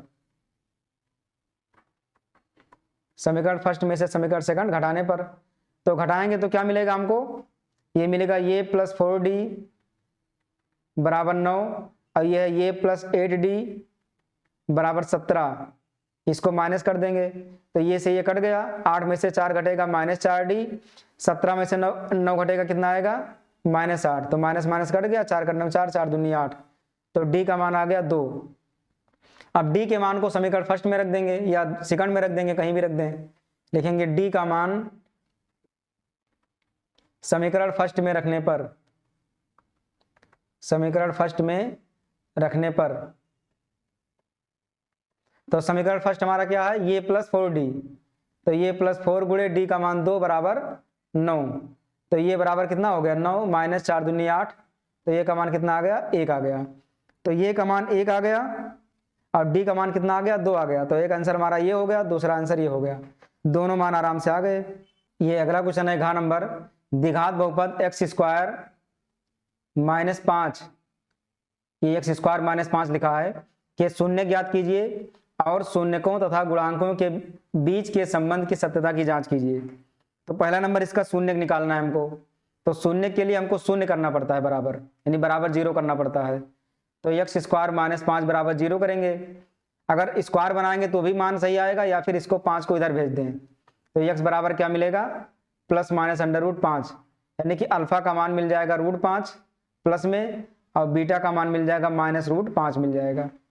अगर दूसरी तरीका से लगाना चाहें तो वो भी लगा सकते हैं कि इसको लिख दें x स्क्वायर माइनस √5 का स्क्वायर कर दें और बराबर 0, तो हो जाएगा x प्लस √5 और दूसरा हो जाएगा x माइनस √5 बराबर 0। तो यहाँ से भी वही मान आएगा, x का मान प्लस में √5 और x का मान माइनस में √5, ये माइनस में हो जाएगा और ये प्लस में, तो दोनों तरीके हैं, चाहे इससे लगाएं या इससे लगाएं। तो ये हो गया अल्फा बीटा का मान।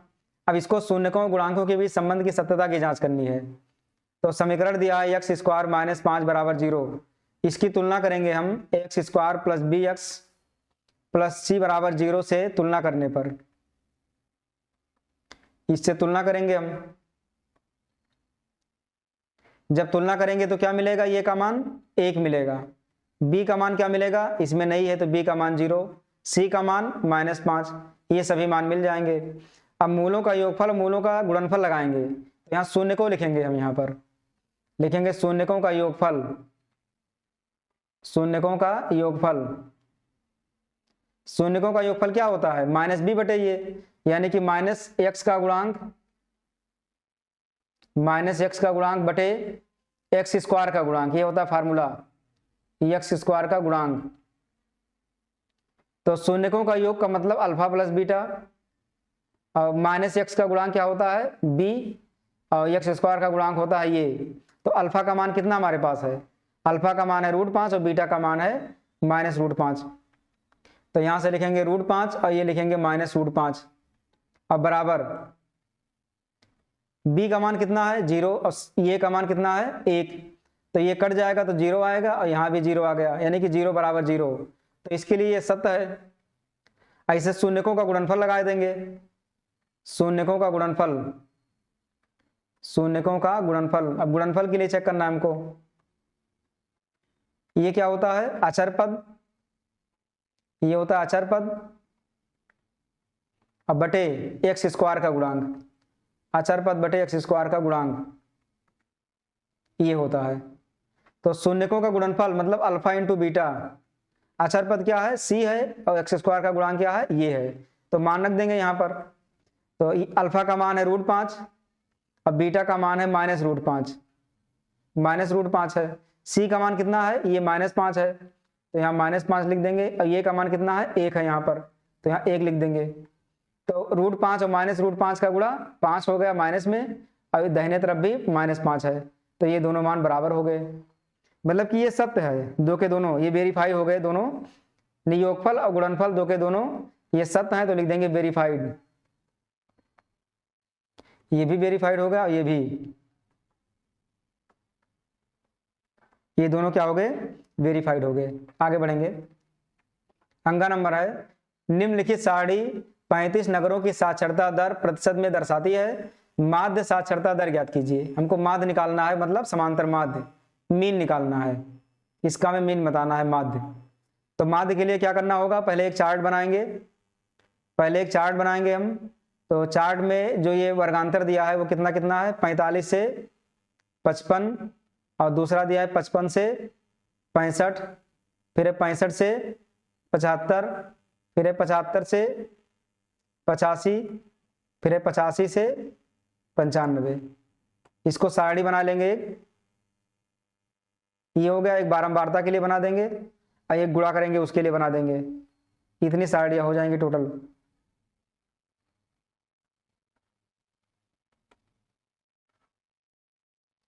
ये बन गया सारणी। इसमें क्या हो जाएगा, कौन सा मान, इसमें हो जाएगा बारंबारता f। तो बारंबारता कितना लिखा है 3 है, फिर है 10, फिर है 11, और है 8, और है 3। अब x का मान निकालेंगे, इसको fi बोलते हैं, इसको xi बोलते हैं। तो x का मान निकालेंगे, तो x का मान इसके मध्य का मान निकाला जाता है, मध्यमान। तो 45 और 55 के बीच में क्या मान आएगा, 50 आएगा। या ना समझ में आए तो दोनों को जोड़ करके आधा कर दें, तो 5 5 10, 5 4 9 1 10, 100 का आधा 50। ऐसे यहाँ भी ये हो जाएगा 60, ये हो जाएगा 70, ये होगा 80, और ये होगा 90। अब हमको क्या निकालना है, fi गुणे xi। इसको गुणा करेंगे सभी को। जब गुणा करते जाएंगे तो क्या मिलेगा, ये बनेगा 150, ये बनेगा 600, ये कितना बनेगा 11 7 77, 770, ये 8 8 64, 640, 9 3 27, 270 बनेगा। अब इन सभी को जोड़ेंगे, अब इसको जोड़ लेंगे, तो जोड़ेंगे तो कितना आएगा, 0 7 4 11, 11 7 18, 18 5 23, 2 आया, 2 2 4, 6 10, 7 17, 1 18, 18 6, 18 2 20, 4 24, ये आया 2430। इसका मान कितना आ गया, 2430 आया। और जो 2430 आया वो क्या है, ये समेसन fi इंटू xi का मान है ये। ऐसे बारंबारता को जोड़ लेंगे, तो समेसन ऑफ fi कितना हो जाएगा, यहाँ दिया है 35, तो ये 35 ही होगा, जोड़ करके चेक कर लेंगे। 10 3 13, 13 10 23 से 24, 24 और 8 30, 2 32, 32 और 3 35, से 35 हो गया। तो फार्मूला होता है x बार का समेसन ऑफ fi गुणे xi, यानी सिग्मा fx बटे सिग्मा f, यानी fi। तो मान रख देंगे 2430 बटे है 35। इसको कैंसिल करेंगे, अब काट देंगे, मान आ जाएगा। तो 5 से पहले काटें, ये 5 7 35, और ये 5 से कटेगा तो 5 चौक 20, 5 8 40, 5 6 30। अब 7 से इसको काट दें, तो 7 से काटने पर कितना आएगा मान, तो 7 का नम 7, 7 6 42, अब कितना बचा यहाँ पर 6 बचा, तो 66 बन गया। तो 7 9 63, 63, अब कितना था 66 था ये, तो कितना बचा 3 बचा, तो 30 बनेगा। तो 7 चौक 28, यानी 4 आया, 2 बच गया, 7 दूनी 14, यानी इसका मान आ गया 69.42। यही आंसर हो जाएगा हमारा साक्षरता दर, ये प्रतिशत में। आगे बढ़ाएंगे अब। 4 नंबर क्वेश्चन है, निम्नलिखित सारणी किसी अंतराल में एक विशेष वर्ष में भर्ती हुए रोगियों की आयु को दर्शाती है। इन आंकड़ों के बहुलक और माध्यक ज्ञात कीजिए। इसमें दो मान निकालने हैं, इसमें बहुलक भी बताना है और माध्यक भी बताना है। तो पहले इसका चार्ट हम बनाने अलग, उसके बाद सवाल को लगाएं। तो ये है 5 से 15, और है 15 से 25, 25 से 35, और कितना है 35 से 45, और कितना मान है 45 से 55, और 55 से 65। ये सभी मान दिए गए हैं। अब इसका चार्ट बनाएंगे हम। पहले हमको बहुलक निकालना होगा, पहले हम बहुलक निकालेंगे। अब इसमें बारंबारता कितना कितना दिया है,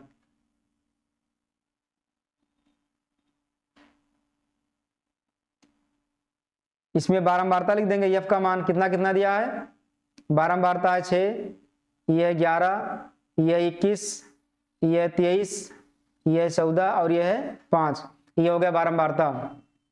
तो बहुलक निकालने के लिए सबसे बड़ा मान ढूंढते हैं, इसमें सबसे ज्यादा बार जो रिपीट हुआ है। तो सबसे ज्यादा रिपीटेड मान कौन सा है, 6, 11, 21, 23, 23 सबसे ज्यादा बार आया है, मतलब कि जो बारंबारता है 23 वो सबसे ज्यादा है। मतलब 35 से 45 वाले जो रोगी हैं, 35 से 45 जो आयु वर्ष वाले जो रोगी हैं उनकी संख्या सबसे ज्यादा है। तो बहुलक वर्ग जो होगा वो यही वाला हो जाएगा, 35 से 45 हो जाएगा बहुलक वर्ग। अब इसमें मान हमको लेना है, बहुलक का फार्मूला लिख दे रहे हैं, उसके हिसाब से मान को लिखेंगे हम। बहुलक का मोड, इसमें मोड निकालना है, इसका फार्मूला होता है L प्लस, तो इसका होता है F1 माइनस F0 बटे 2F1 माइनस F0 माइनस क्या बचा, F2 बचा, तो F2 को लिख देंगे। और गुणे होता है H, ये इसका फार्मूला होता है। यानी हमको F0 चाहिए, F1 चाहिए और F2 चाहिए, F0, F1 और F2। इसको कहाँ से लाएंगे अब, तो ये इसी में मिलेगा, ये इसी के अंदर ये सभी मान मिलेंगे। तो ये जो पहला मान दिया है वो है F0, ये मान है F1 और ये वाला मान है F2, इसी में सभी मान मिल गया। F0 का मान 21, F1 का मान 23 और F2 का मान 14। यानी जो 23 आया है उसके सामने F1 कर देंगे, F0 को पहले F2 को बाद में। तो सभी मान यहाँ लिख लें हम, जो जो मान है, क्या क्या मान है, F0 का मान है 21 और F1 का मान कितना है, F1 का मान है 23 और F2 का मान कितना है, ये है 14। और L1 का मान, L1 का मतलब L, ये जो L लिखा है पहले ये L1 होता है, यानी 35 को लिया जाता है। और H का मतलब इस L2 में से L1 घटाते हैं, यानी कि 45 में से 35 घटाएंगे तो कितना आएगा, 10 आएगा। अब सभी मान को फार्मूले में रख देंगे हम, तो सभी मान को फार्मूले में रखेंगे तो क्या होगा, मोड बराबर L का मान कितना दिया है 35 और प्लस F1 कितना है, ये 23 और माइनस F0 का मान है 21 अब बटे 2F1, तो 2 गुणे F1 का मान कितना है, ये 23 अब माइनस F0 का मान है 21 अब माइनस F2 का मान 14 गुणे H है 10। अब इसको सॉल्व कराएंगे तो कितना आएगा, इसको यहाँ सॉल्व करा लें हम, तो 35 प्लस 23 में से 21 घटेगा, 3 में से गया 2, ये 2 बचा और 10 से गुणा कर देंगे तो हो जाएगा 20। ये 10 से हमने डायरेक्ट गुणा कर दिया तो ये 20 हो गया। ये 23 दूना 46 माइनस, ये दोनों माइनस में है जुड़ जाएंगे, 4 1 5 और 2 1 3, 35 हो गया। तो ये बना 35 प्लस 20 बटे 6 में से 5 गया 1, 4 में से 3 गया 1, 11। अब इसको हम भाग कर लें, डायरेक्ट भाग करके बस जोड़ देंगे तो कितना आएगा, 11 का नम 11, कितना बचा यहाँ से 9 बचा, तो 11 8 88, 88 कितना बचा, 2 बचा, तो 11 का नम 11, यानी कि आ गया 1.81, यानी इसको जोड़ेंगे तो 35 से 36.81 आ गया वर्ष, ये बहुलक वर्ष आ गया, 36.81 वर्ष आ गया बहुलक वर्ष।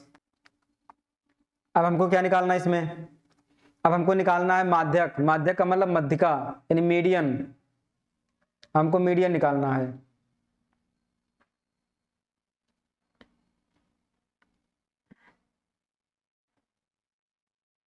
तो मीडियन का फार्मूला क्या होता है, तो मीडियन के लिए हमको संचयी बारंबारता निकालना होगा। अब इसमें हमको निकालना होगा संचयी बारंबारता, संचयी बारंबारता का मतलब CF निकालना होगा।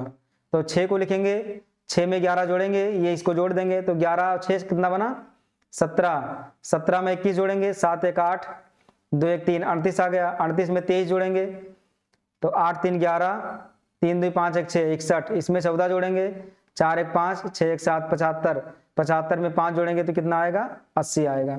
ये हमने लिख दिया इसका संचयी बारंबारता। अब इसमें भी मान मिलेंगे, संचयी बारंबारता में से मान निकालने हैं, तो पहले इसका फार्मूला लिख दें उसके बाद हम मान लिखें। मीडियन, मीडियन का फार्मूला क्या होता है, ये होता है L प्लस N बटे 2 माइनस CF बटे F गुणे H, ये इसका फार्मूला होता है। तो ये जो फार्मूला है इसी के हिसाब से मान को हम ढूंढेंगे, अब जो जो भी मान है इसी के हिसाब से मान को ढूंढेंगे हम। तो कौन कौन सा मान यहाँ से निकालना है हमको, हमको चाहिए यल का मान, तो यल का मान तो वही रहेगा, लेकिन ऐसे नहीं पता चलेगा यल का मान क्या होगा। तो पहले इसका हमें क्या निकालना होगा, n बटे 2। तो n है 80, तो 80 बटे 2 करेंगे तो n बटे 2 मिलेगा, यानी कितना आ गया 40। n बटे 2 का मान 40 आ गया। तो 40 इसमें कहाँ पर है, 6 17 38, 38 में नहीं है 61 में है, ये 61 में मिलेगा 40, इसमें मिलेगा हमको 40, क्योंकि 38 में नहीं मिलेगा, कम है ये, 61 में मिलेगा। तो 61 के सामने वाला पूरा मान लिया जाएगा, तो यल का मान इसमें भी 35 ही होगा, इसमें भी जो यल का मान हो जाएगा वो भी 35 होगा। तो यहाँ लिख देंगे यल बराबर 35, और जो एफ है बारंबारता वो कितना हो जाएगा, वो 23 होगा। लेकिन जो संचयी बारंबारता लिया जाएगा सी एफ, वो एक कम लिया जाता है, हमेशा 38 वाला लिया जाता है, यानी जो 61 है 61 के पहले वाला मान लेंगे। यस का मान वही रहेगा, 45 में से 35 घटाएंगे 10, बस अब ये सभी मान यहाँ रख देंगे, सभी मान रख करके सॉल्व कर लेंगे। तो कितना आने वाला है यहाँ पर मान रखेंगे तो यल का मान कितना है, यल का मान है 35 प्लस n बटे 2 है 40, सी एफ कितना है, सी एफ का मान है 38, अब बटे एफ का मान कितना है, बारंबारता 23 गुणे एच है 10। तो इसको सॉल्व करेंगे तो आएगा 35 प्लस 40 में से 38 घटाएंगे 2, 2 का 10 से गुणा करेंगे 20, 20 बटे 23। अब 20 को हमें 23 से भाग करना है, तो ये कितना आएगा, ये दशमलव से छोटा मान आएगा। हमको 20 को भाग करना है किससे, 23 से। तो इसको अगर हम डिवाइड करेंगे तो कितना मिलेगा, तो ये मिलेगा हमको 0.86 मिलेगा, जोड़ देंगे तो मिलेगा 35.86 वर्ष। ये हो जाएगा मीडियन, ये आंसर होगा मीडियन का, ये होगा किसका, मोड का। तो दोनों के आंसर आ चुके हैं।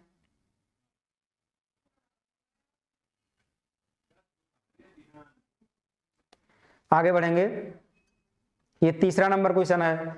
2 अंकों की एक संख्या और उसके अंकों को उलटने पर बनी संख्या का योग 88 है। यदि संख्या के अंकों का अंतर 4 हो तो संख्या ज्ञात कीजिए। ऐसी संख्याएं कितनी हैं ये भी हमको बताने हैं, ऐसी कितनी संख्याएं होंगी टोटल। तो ये वाला क्वेश्चन कैसे लगेगा, चलिए देखते हैं इसको कैसे लगेगा। तो इसमें संख्या मानना पड़ेगा हमको, तो इसमें दहाई इकाई मानना होगा क्योंकि इसमें उलटने वाला आ गया है। तो लिखेंगे माना दहाई का अंक, माना दहाई का अंक बराबर x तथा इकाई का अंक, तथा इकाई का अंक क्या मानेंगे, इसको मानेंगे y। इसलिए जो संख्या होगा, इसलिए संख्या बराबर क्या बनेगा 10x प्लस वाई। ये क्वेश्चन इसके पहले वाले सेट में भी आ चुका है। जैसे मान लें कि 35 है तो 35 को अलग अलग करेंगे तो क्या लिख सकते हैं 30 प्लस 5, और इसको लिख सकते हैं 30 गुणे 10 प्लस 5। तो 10 तो वही रहने वाला है, ये जो 3 है ये दहाई का अंक है और जो 5 है वो इकाई का अंक है। तो 10x प्लस वाई, फार्मूला आराम से बन गया। तो ये फार्मूला बनाने का तरीका है। अब क्या करना है इसमें, अब इसमें दिया है प्रश्नानुसार, प्रश्नानुसार उठाएंगे मान को, लिखेंगे प्रश्नानुसार। प्रश्न में क्या दिया है कि 2 अंकों की संख्या और उसके अंकों को पलटने पर, तो 2 अंकों की संख्या हमारे पास है 10x प्लस वाई, इसको पलटने पर तो 10y प्लस x बन गया, पलट देंगे तो योग 88 है। दोनों को जोड़ देंगे और कितना आना चाहिए 88। तो अब इसको ऐड करेंगे 10x प्लस x 11x और 10y प्लस y 11y, ये हो गया 88। 11 कॉमन करेंगे तो आया x प्लस वाई बराबर 88। 11 से काट देंगे, 11 का नम 11, 11 8 88, तो ये x प्लस वाई बराबर हो गया 8। ये समीकरण फर्स्ट बन गया।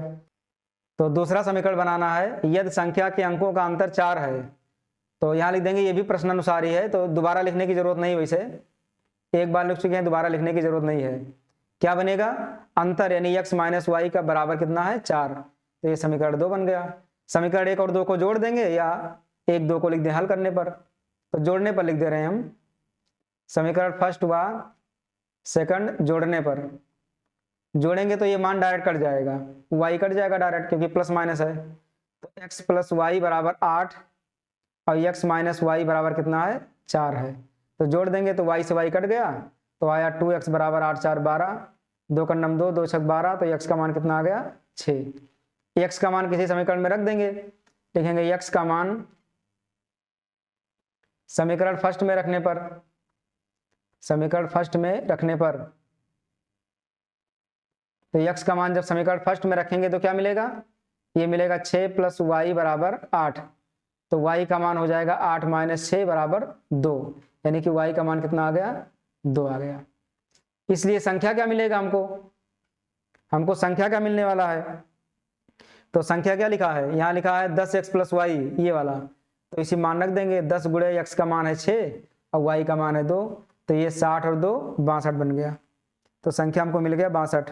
कह रहा कि ऐसी संख्याएं कितनी हैं, ऐसी कितनी संख्याएं बन सकती हैं बताना हमको। तो इसमें एक और निकलेगा, जैसे यहाँ पर कह रहा था कि अंतर 4 है, तो मान लो x - y, तो y - x कर दें।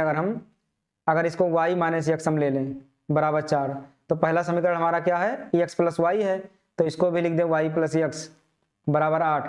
अब की बार x कट गया तो ये हो जाएगा 2y बराबर 12, तो 2 × 9 2, 2 × 6 12, तो y का मान आ गया 6। जब y का मान समीकरण फर्स्ट में रखेंगे तो x का मान कितना मिलेगा, 2। तो ये जो संख्या मिला, अब की बार मिला 2 × 2 = 20 + 6 यानी कि 26 मिल गया। तो ऐसी 2 संख्याएं संभव हैं, लिख देंगे 2 संख्याएं संभव हैं, 2 संख्याएं संभव है, ये आंसर हो जाएगा। तो 62 होगा और 26 होगा, 2 संख्याएं बनेंगी इसी। ये अगला क्वेश्चन है अथवा वाला। अब चाहे इसके पहले वाला क्वेश्चन करना है या फिर इसको करना है। आयताकार मैदान की लंबाई, एक आयताकार मैदान की लंबाई उसकी चौड़ाई के दुगने से 9 मीटर अधिक है। यदि मैदान का क्षेत्रफल 810 वर्ग मीटर हो तो मैदान की लंबाई एवं चौड़ाई याद कीजिए। इसको कैसे लगाया जाएगा, मैदान की लंबाई एवं चौड़ाई बताना है, तो लंबाई चौड़ाई को हम मान लेंगे, तो लिख देंगे माना, चाहे एक ही मान ले, चाहे इसमें दिया है लंबाई उसकी चौड़ाई के दुगने से अधिक है तो खाली चौड़ाई मान ले, y x मान ले, तो लिख दे माना आयताकार, दोनों मान के भी लगा सकते हैं, एक मान के भी लगा सकते हैं, माना आयताकार मैदान की चौड़ाई बराबर, अगर चौड़ाई मान लेंगे x मीटर तो लंबाई क्या बनेगा, इसलिए लंबाई बराबर क्या बनेगा, तो लंबाई प्रश्न के अनुसार बनेगा।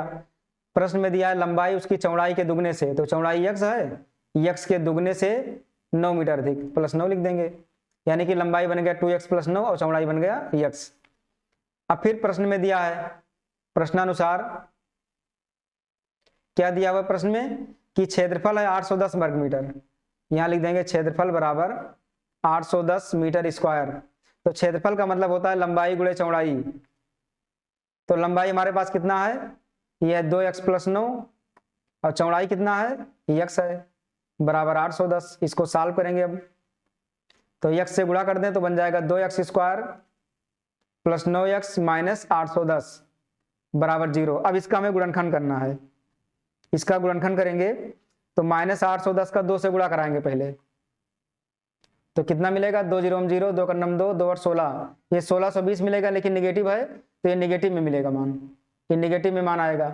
निगेटिव का मतलब ये होता है कि 1620 का हम गुणनखंड करेंगे कि घटाने पर कितना आ जाए, 9 आ जाए, और भी प्लस में आए, दो घटाने पर आए लेकिन प्लस में आए, तो इसका हम गुणनखंड करना होगा हमको 1620 का, या फिर श्रेद्रा 4 लगा दें तो भी आ जाएगा। 2 से काटेंगे 2 और 16, 2 × 9 2 0, फिर 2 चौक 8, 2 पंचे 10, फिर 3 से काटेंगे अब, तो 3 × 9 3, 3 त्रिक्का 9, 3 पचे 15, अब फिर 3 से काटेंगे तो 3 चौक 12, 3 पचे 15, अब 3 से काटेंगे तो कितना आएगा, 3 त्रिक्का 9, 3 × 9 3, 3 पचे 15, फिर 3 से काटेंगे 3 पचे 15, 5 से काटेंगे 1।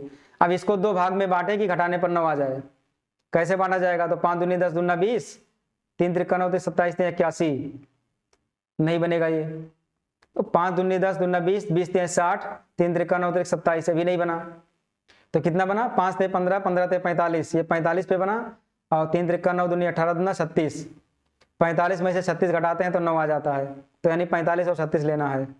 तो 2x² + 45x, ध्यान देना कि +9 है तो बड़ा वाला प्लस होना चाहिए और छोटा वाला क्या होना चाहिए, माइनस, -810 बराबर 0।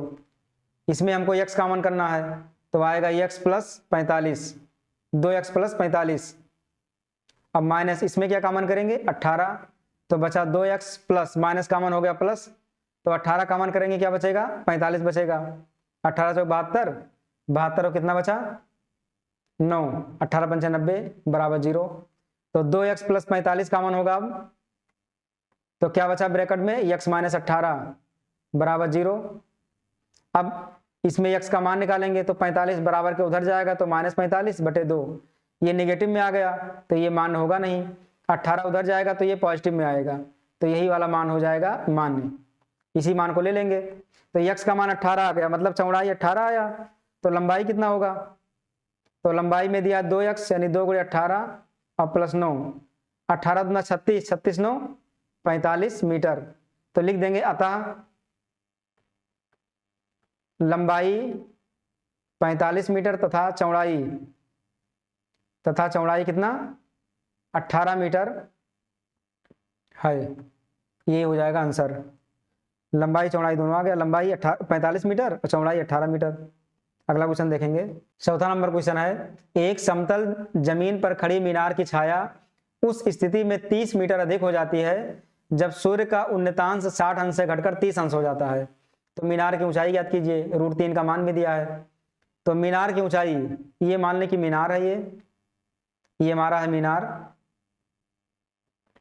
आप कह रहे हैं मीनार की छाया, तो छाया ये बनेगा मीनार का, ये बन गया मीनार की छाया, ये मीनार की छाया हो गया। अब क्या करना है हमको इसमें, तो इसमें क्या दिया है, कह रहा है 60 अंश से 30 अंश हो जाता है घट करके। तो पहले मान लें कि यहाँ पर जो कोण बन रहा था यानी परछाई जो बन रहा था वो 60 अंश बन रहा था ये, और जब 30 अंश होगा इसका मतलब कम हो रहा है, मतलब कि ये दूर जा रहा है, यानी कि परछाई बड़ी हो रही है इसकी, परछाई ये बड़ा हो गया, यहाँ तक आ गया। तो अब कितना कोण हो जाएगा 30 अंश।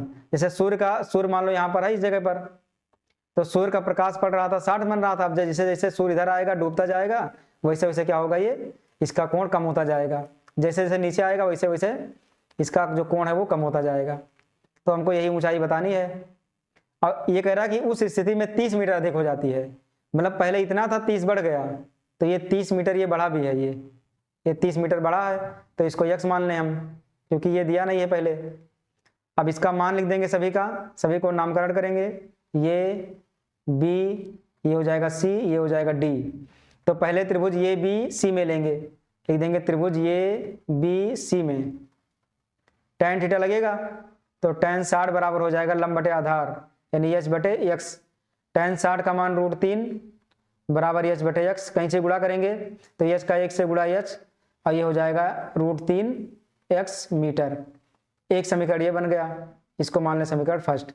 दूसरा त्रिभुज बड़ा वाला लेंगे, ये BD, लिखेंगे त्रिभुज ये BD में, त्रिभुज ये BD में, तो tan 30 लिया जाएगा। अब यहाँ पर tan 30 है ये वाला, तो tan 30 लेंगे तो लंब होगा h। अब आधार क्या बनेगा, आधार ये पूरा लिया जाएगा x + 30, तो आधार में हो जाएगा x + 30। tan 30 का मान 1 बटे √3 बराबर h बटे कितना होगा x + 30, कहीं से गुणा करेंगे तो x + 30 बराबर हो जाएगा h √3। ये इतना बना। हमको क्या करना है, x का मान गायब करना है और h का मान निकालना है। तो यहाँ से x का मान निकाल लें हम, तो हो जाएगा h √3 और 30 इधर आ जाएगा तो -30। इसको मान लें समीकरण सेकंड। अब समीकरण सेकंड से x का मान समीकरण फर्स्ट में रखने पर यहाँ लिखेंगे हम, समीकरण सेकंड से यहीं पर लिख दे रहे हैं, समीकरण सेकंड से x का मान समीकरण फर्स्ट में रखने पर, क्योंकि हमें यश निकालना है तो यश गायब करना है, समीकरण फर्स्ट में रखने पर तो यहाँ मान रखेंगे तो आएगा यश बराबर √3। यक्स का मान कितना है, ये आया है यश √3 और -30, इसको अंदर गुणा करा देंगे तो यश बराबर कितना हो जाएगा, √3 3 बनेगा यानी 3h, अब माइनस इससे गुणा होगा तो हो जाएगा 30 √3। ये बन गया इतना, ये इधर आएगा और 30 √3 बाईं ओर आ जाएगा, तो 3h में से h घटेगा तो आएगा 2h और 30 √3 आ जाएगा दूसरी तरफ। इसको यहाँ काट देंगे, 2 का नम 2, 2 15 30, तो यश का मान कितना मिल गया, ये मिल गया 15 √3 मीटर। चाहे तो आंसर यही लिख सकते हैं 15 √3 मीटर। अगर दशमलव में निकालना चाहें तो ये मान दिया है √3 तो यहाँ रख देंगे, तो यश बराबर हो जाएगा 15 × 1.732, गुणा करा देंगे, 15 दूना 30, 15 × 45, 45 और 3 कितना होगा 48 और 15 7 105, 105 और 4 109, 10 आया, 15 का नम 15 10 25, तो ये बन गया 25.98 यानी लगभग 26 मीटर। ये लगभग में आया, ये आंसर हो जाएगा हमारा। तो चाहे आंसर इसको लिख दें या इसको लिख दें, लेकिन मान दिया रखने के लिए तो फिर दशमलव में रखना है, अथवा सिद्ध कीजिए कि sine theta minus cos theta plus 1 बटे sine theta plus cos theta minus 1 बराबर sec theta plus tan theta. ये सेक टेन में दिया है, इस तरह का क्वेश्चन इसके पहले वाले सेट में आ चुका है। तो क्या करना होगा इसके लिए, पहले लिखेंगे LHS। LHS में है sine theta minus cos theta plus 1 बटे ये sine theta plus cos theta minus 1। इसमें हमको सेक और टेन मिलाना है, तो इसको पहले टेन बना लें, और टेन बनाने के लिए हमको जबरदस्ती आंसर में कास कॉमन लेना होगा। या तो कास कॉमन ले लें या कास से आंसर में भाग दे दें तो भी हो जाएगा। तो अगर हम कास थीटा कॉमन लेते हैं तो ये बन जाएगा साइन थीटा बटे कास थीटा। अब माइनस कास थीटा निकल जाएगा एक, और यहाँ बन जाएगा 1 बटे कास थीटा, ये बना। अब बटे में क्या हो जाएगा, यहाँ भी कास थीटा कॉमन लेंगे तो हो जाएगा साइन थीटा बटे कास थीटा, और प्लस यहाँ 1 हो जाएगा और माइनस 1 बटे कास थीटा, ये बनेगा इतना मान। तो ये कास से कास कट गया, साइन बटे कास बनेगा टेन थीटा, अब माइनस 1 और प्लस ये ऊपर जाएगा तो बनेगा सेक थीटा बटे ऐसे ये हो जाएगा टेन थीटा प्लस 1 माइनस ये भी बनेगा सेक थीटा। तो सेक थीटा को अंदर कर दें, 1 को बाहर कर दें, तो सेक थीटा को अंदर खींच लेंगे तो ये बनेगा tan theta plus sec theta. अब माइनस 1 को बाहर कर देंगे, ऐसे यहाँ भी tan theta minus sec theta, अब प्लस 1 को बाहर कर देंगे। अब 1 का हमें मान रखना है। 1 का फार्मूला पढ़ चुके होंगे टेन और सेक के रूप में कि होता है sec square theta minus tan square theta बराबर क्या होता है 1 होता है। ये फार्मूला पढ़ चुके हैं, इसी फार्मूले का उपयोग करना है एक की जगह पर, और सिर्फ अंश में रखेंगे, हर में नहीं रखेंगे, सिर्फ अंश में रखना है हमको। Tan theta plus sec theta minus 1 की जगह रख देंगे सेक स्क्वायर थीटा अब माइनस टेन स्क्वायर थीटा, यहाँ हमने रख दिया। अब बटे में जैसे वैसे रहने देंगे, तो बटे में है tan theta minus sec theta plus 1। अब इसमें इसको ये स्क्वायर माइनस बी स्क्वायर का सूत्र लगा देंगे यहाँ, तो ये tan theta plus sec theta, इसको ब्रैकेट में कर देंगे। अब माइनस ये स्क्वायर माइनस बी स्क्वायर का सूत्र क्या होता है, एक ब्रैकेट में ये प्लस बी यानी sec theta plus tan theta, दूसरे ब्रैकेट में ये माइनस बी यानी sec theta minus tan theta. बटे में जैसे लिखा वैसे रहने देंगे, कुछ नहीं करेंगे। बटे में है tan theta minus sec theta और प्लस 1, ऐसे रहेगा। अब अंश में कुछ कॉमन हो रहा है, उसको कॉमन करेंगे। अब अंश में क्या कॉमन हो रहा है, tan theta plus sec theta दोनों तरफ कॉमन हो रहा है, tan theta plus sec theta common कर लेंगे। तो यहाँ से tan theta plus sec theta जब निकल जाएगा तो क्या बचेगा, 1 बचेगा। तो यहाँ बचा 1 minus sec theta plus tan theta निकल गया, तो सिर्फ ये माइनस वाला बचेगा, लेकिन एक माइनस बाहर लगा हुआ है तो चिन्ह अंदर चेंज हो जाएगा जब माइनस जाएगा अंदर। तो ये माइनस सेक थीटा माइनस अंदर जाएगा तो ये हो जाएगा प्लस टेन थीटा, ये बन गया। अब बटे में क्या लिखा है, जो लिखा उसको ऐसे रहने देंगे, कुछ नहीं करेंगे। ये tan theta minus sec theta अब प्लस 1।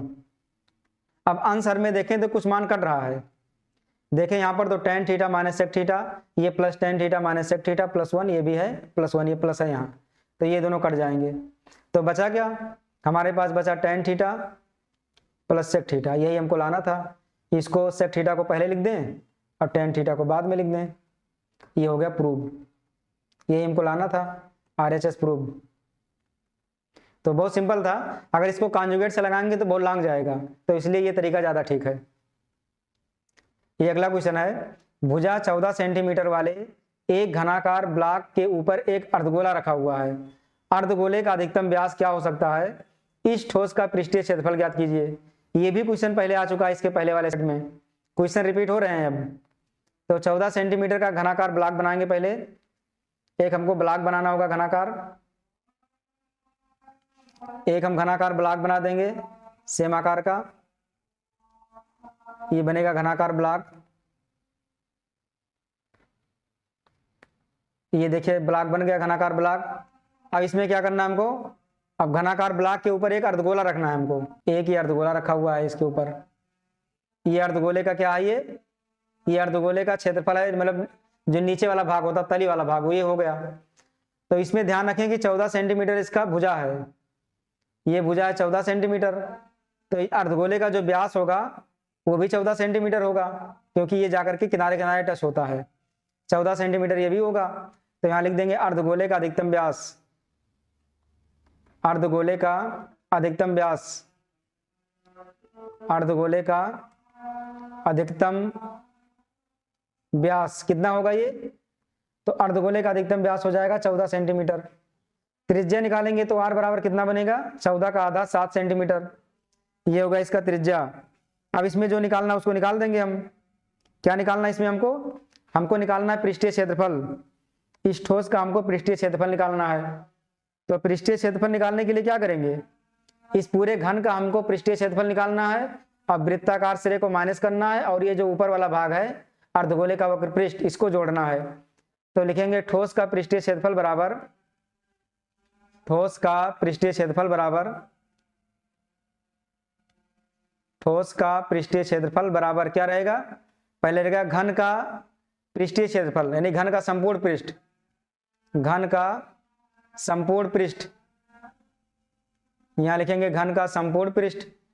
अब इसमें क्या माइनस करना होगा, संपूर्ण पृष्ठ हमने ले लिया तो ये जो वृत्ताकार सिरा है इसको माइनस करना होगा, मतलब जो अर्धगोले का आधार का सिरा है उसको माइनस करेंगे। तो यहां लिखेंगे अर्धगोले के आधार का क्षेत्रफल, हमको आधार का क्षेत्रफल इसमें माइनस करना है, आधार का क्षेत्रफल इसको माइनस करेंगे। और क्या जोड़ेंगे, इसका वक्र पृष्ठ जोड़ेंगे, जो ये ऊपर वाला भाग है अर्धगोले का जो ये वक्र पृष्ठ है इसको जोड़ देंगे क्योंकि अलग से आया है ये। तो लिख देंगे अर्धगोले का वक्र पृष्ठ, अर्धगोले का वक्र पृष्ठ इसको जोड़ना है हमको, इसका वक्र पृष्ठ यहां पर जोड़ देंगे। तो अब इसको मान रखें, पहले फार्मूला रख दें हम। तो घन का संपूर्ण पृष्ठ होता है 6 गुणे भुजा स्क्वायर, तो 6 ये स्क्वायर कर देंगे। अर्धगोले का आधार का क्षेत्रफल हो जाएगा पाई आर स्क्वायर और अर्धगोले का वक्र पृष्ठ होता है 2 पाई आर स्क्वायर। तो क्या बनेगा ये, इसको सॉल्व करेंगे तो 6 ये स्क्वायर माइनस ये 2 पाई आर स्क्वायर में से पाई आर स्क्वायर घट जाएगा तो ये बन जाएगा प्लस पाई आर स्क्वायर। अब मान रखें तो ये का मान है 14 सेंटीमीटर, तो 14 गुणे 14 लिख देंगे। अब प्लस पाई का मान कितना हो जाएगा 22/7 और आर का मान दिया है त्रिज्या 7 सेंटीमीटर है, तो 7 गुणे 7 हो जाएगा। 7 से 7 कट गया, अब बाकी जो बच गया उसको हम सॉल्व कर लेंगे। तो कितना बनेगा ये 14 14 196 यानी 6 गुणे 196 बनेगा। अब प्लस 7 दूनी 14, 7 दूनी 14 1 15, इसको गुणा करेंगे 6 36, 6 9 54, 54 3 57 और 6 का नम 6 5 11, 1176 प्लस 154, इसको जोड़ देंगे 6 4 10, 7 5 12, 1 13, 1 1 2, 1 3, 1330 सेंटीमीटर स्क्वायर, ये हो जाएगा इसका आंसर 1330 सेंटीमीटर स्क्वायर।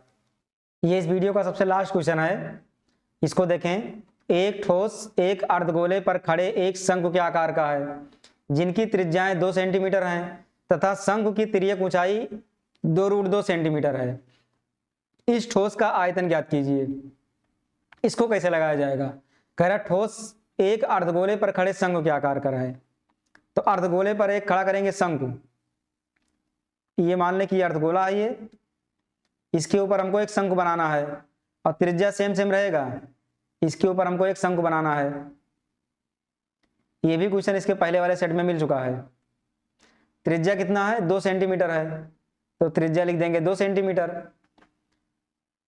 शंकु की तिर्यक ऊंचाई दिया है 2√2, इसका दिया 2√2 सेंटीमीटर, इसका हमें आयतन निकालना है। तो पहले इसका ऊंचाई निकाल लेते हैं हम, शंकु की ऊंचाई, क्योंकि आयतन में हमको ऊंचाई की जरूरत पड़ेगा। तो पाइथागोरस प्रमेय या इसका जो फार्मूला होता है वो लगा देंगे। ये होता है L स्क्वायर बराबर H square plus R square. तो L है 2√2, तो 2√2 का स्क्वायर, H हमको निकालना है और R है 2 का स्क्वायर, तो 2 दूनी 4 दूनी 8 बराबर H स्क्वायर प्लस 2 दूनी 4, ये इधर आएगा। तो H स्क्वायर बराबर 8 - 4, तो H स्क्वायर बराबर कितना आ गया 4 आ गया। तो H का मान कितना मिल गया 2 सेंटीमीटर, ऊंचाई 2 सेंटीमीटर हो गया। अब आयतन निकाल लेंगे, लिख देंगे ठोस का आयतन, ठोस का आयतन बराबर क्या होगा, पहले अर्धगोले का आयतन लिख देंगे, अर्धगोले का आयतन, अर्धगोले का आयतन, और क्या जुड़ेगा इसमें प्लस शंकु का आयतन, प्लस शंकु का आयतन, अर्धगोले का आयतन प्लस शंकु का आयतन। अर्धगोले का आयतन होता है 2/3 पाई r क्यूब और शंकु का आयतन होता है 1/3 पाई आर स्क्वायर एच। क्योंकि त्रिज्या दोनों का सेम है तो दोनों को आर ही रखेंगे हम। अब इसमें कॉमन करेंगे 1/3 पाई आर स्क्वायर, तो क्या बचेगा, यहाँ से 2 बचा, आर बचा और यहाँ से एच बचा। अब मान रख देंगे 1/3 पाई का मान यहाँ दिया हुआ है 3.14 रखने के लिए 3.14 रखेंगे, और आर का मान कितना है 2, तो 2 का स्क्वायर 4 हो जाएगा। तो 2 × 2 प्लस ऊंचाई कितना आया है, ऊंचाई भी 2 आया है। तो इसको सॉल्व करेंगे हम, तो कितना बनेगा, 4 चौक 16, 4 का 4 1 5 और 4 3 12/3, 2 दूनी 4 और 2 6 आया। तो 3 दूनी 6, 2 से गुणा कर देंगे, तो 2 छक 12, 2 पंचे 10 11, 2 दूनी 4 और 1 5, 2 का 2, ये आ गया 25.12 सेंटीमीटर क्यूब। ये इसका आयतन आ गया 25.12 सेंटीमीटर क्यूब। तो बहुत आसानी से आ गया ये। तो बस आज के लिए इतना ही। ये सेट हमारा कंप्लीट हुआ। टोटल 3 सेट हो चुके हैं। अगर इसके पहले के सेट ना देखे हों तो जाकर के प्लेलिस्ट में देखें। इसके बाद का जो भी सेट होगा अगले वीडियो में आ जाएगा। तो अगर वीडियो पसंद आ रहा हो तो लाइक करें, अपने दोस्तों तक इसे जरूर शेयर करें ताकि उनको भी फायदा मिल सके और हमको मोटिवेशन इसका मिल सके। अगर कहीं भी कोई क्वेश्चन में कन्फ्यूजन हो और या वीडियो पसंद आ रहा हो तो हमको कमेंट करके जरूर बताएं। तो फिर मिलते हैं अगले वीडियो में, तब तक के लिए जय हिंद जय भारत।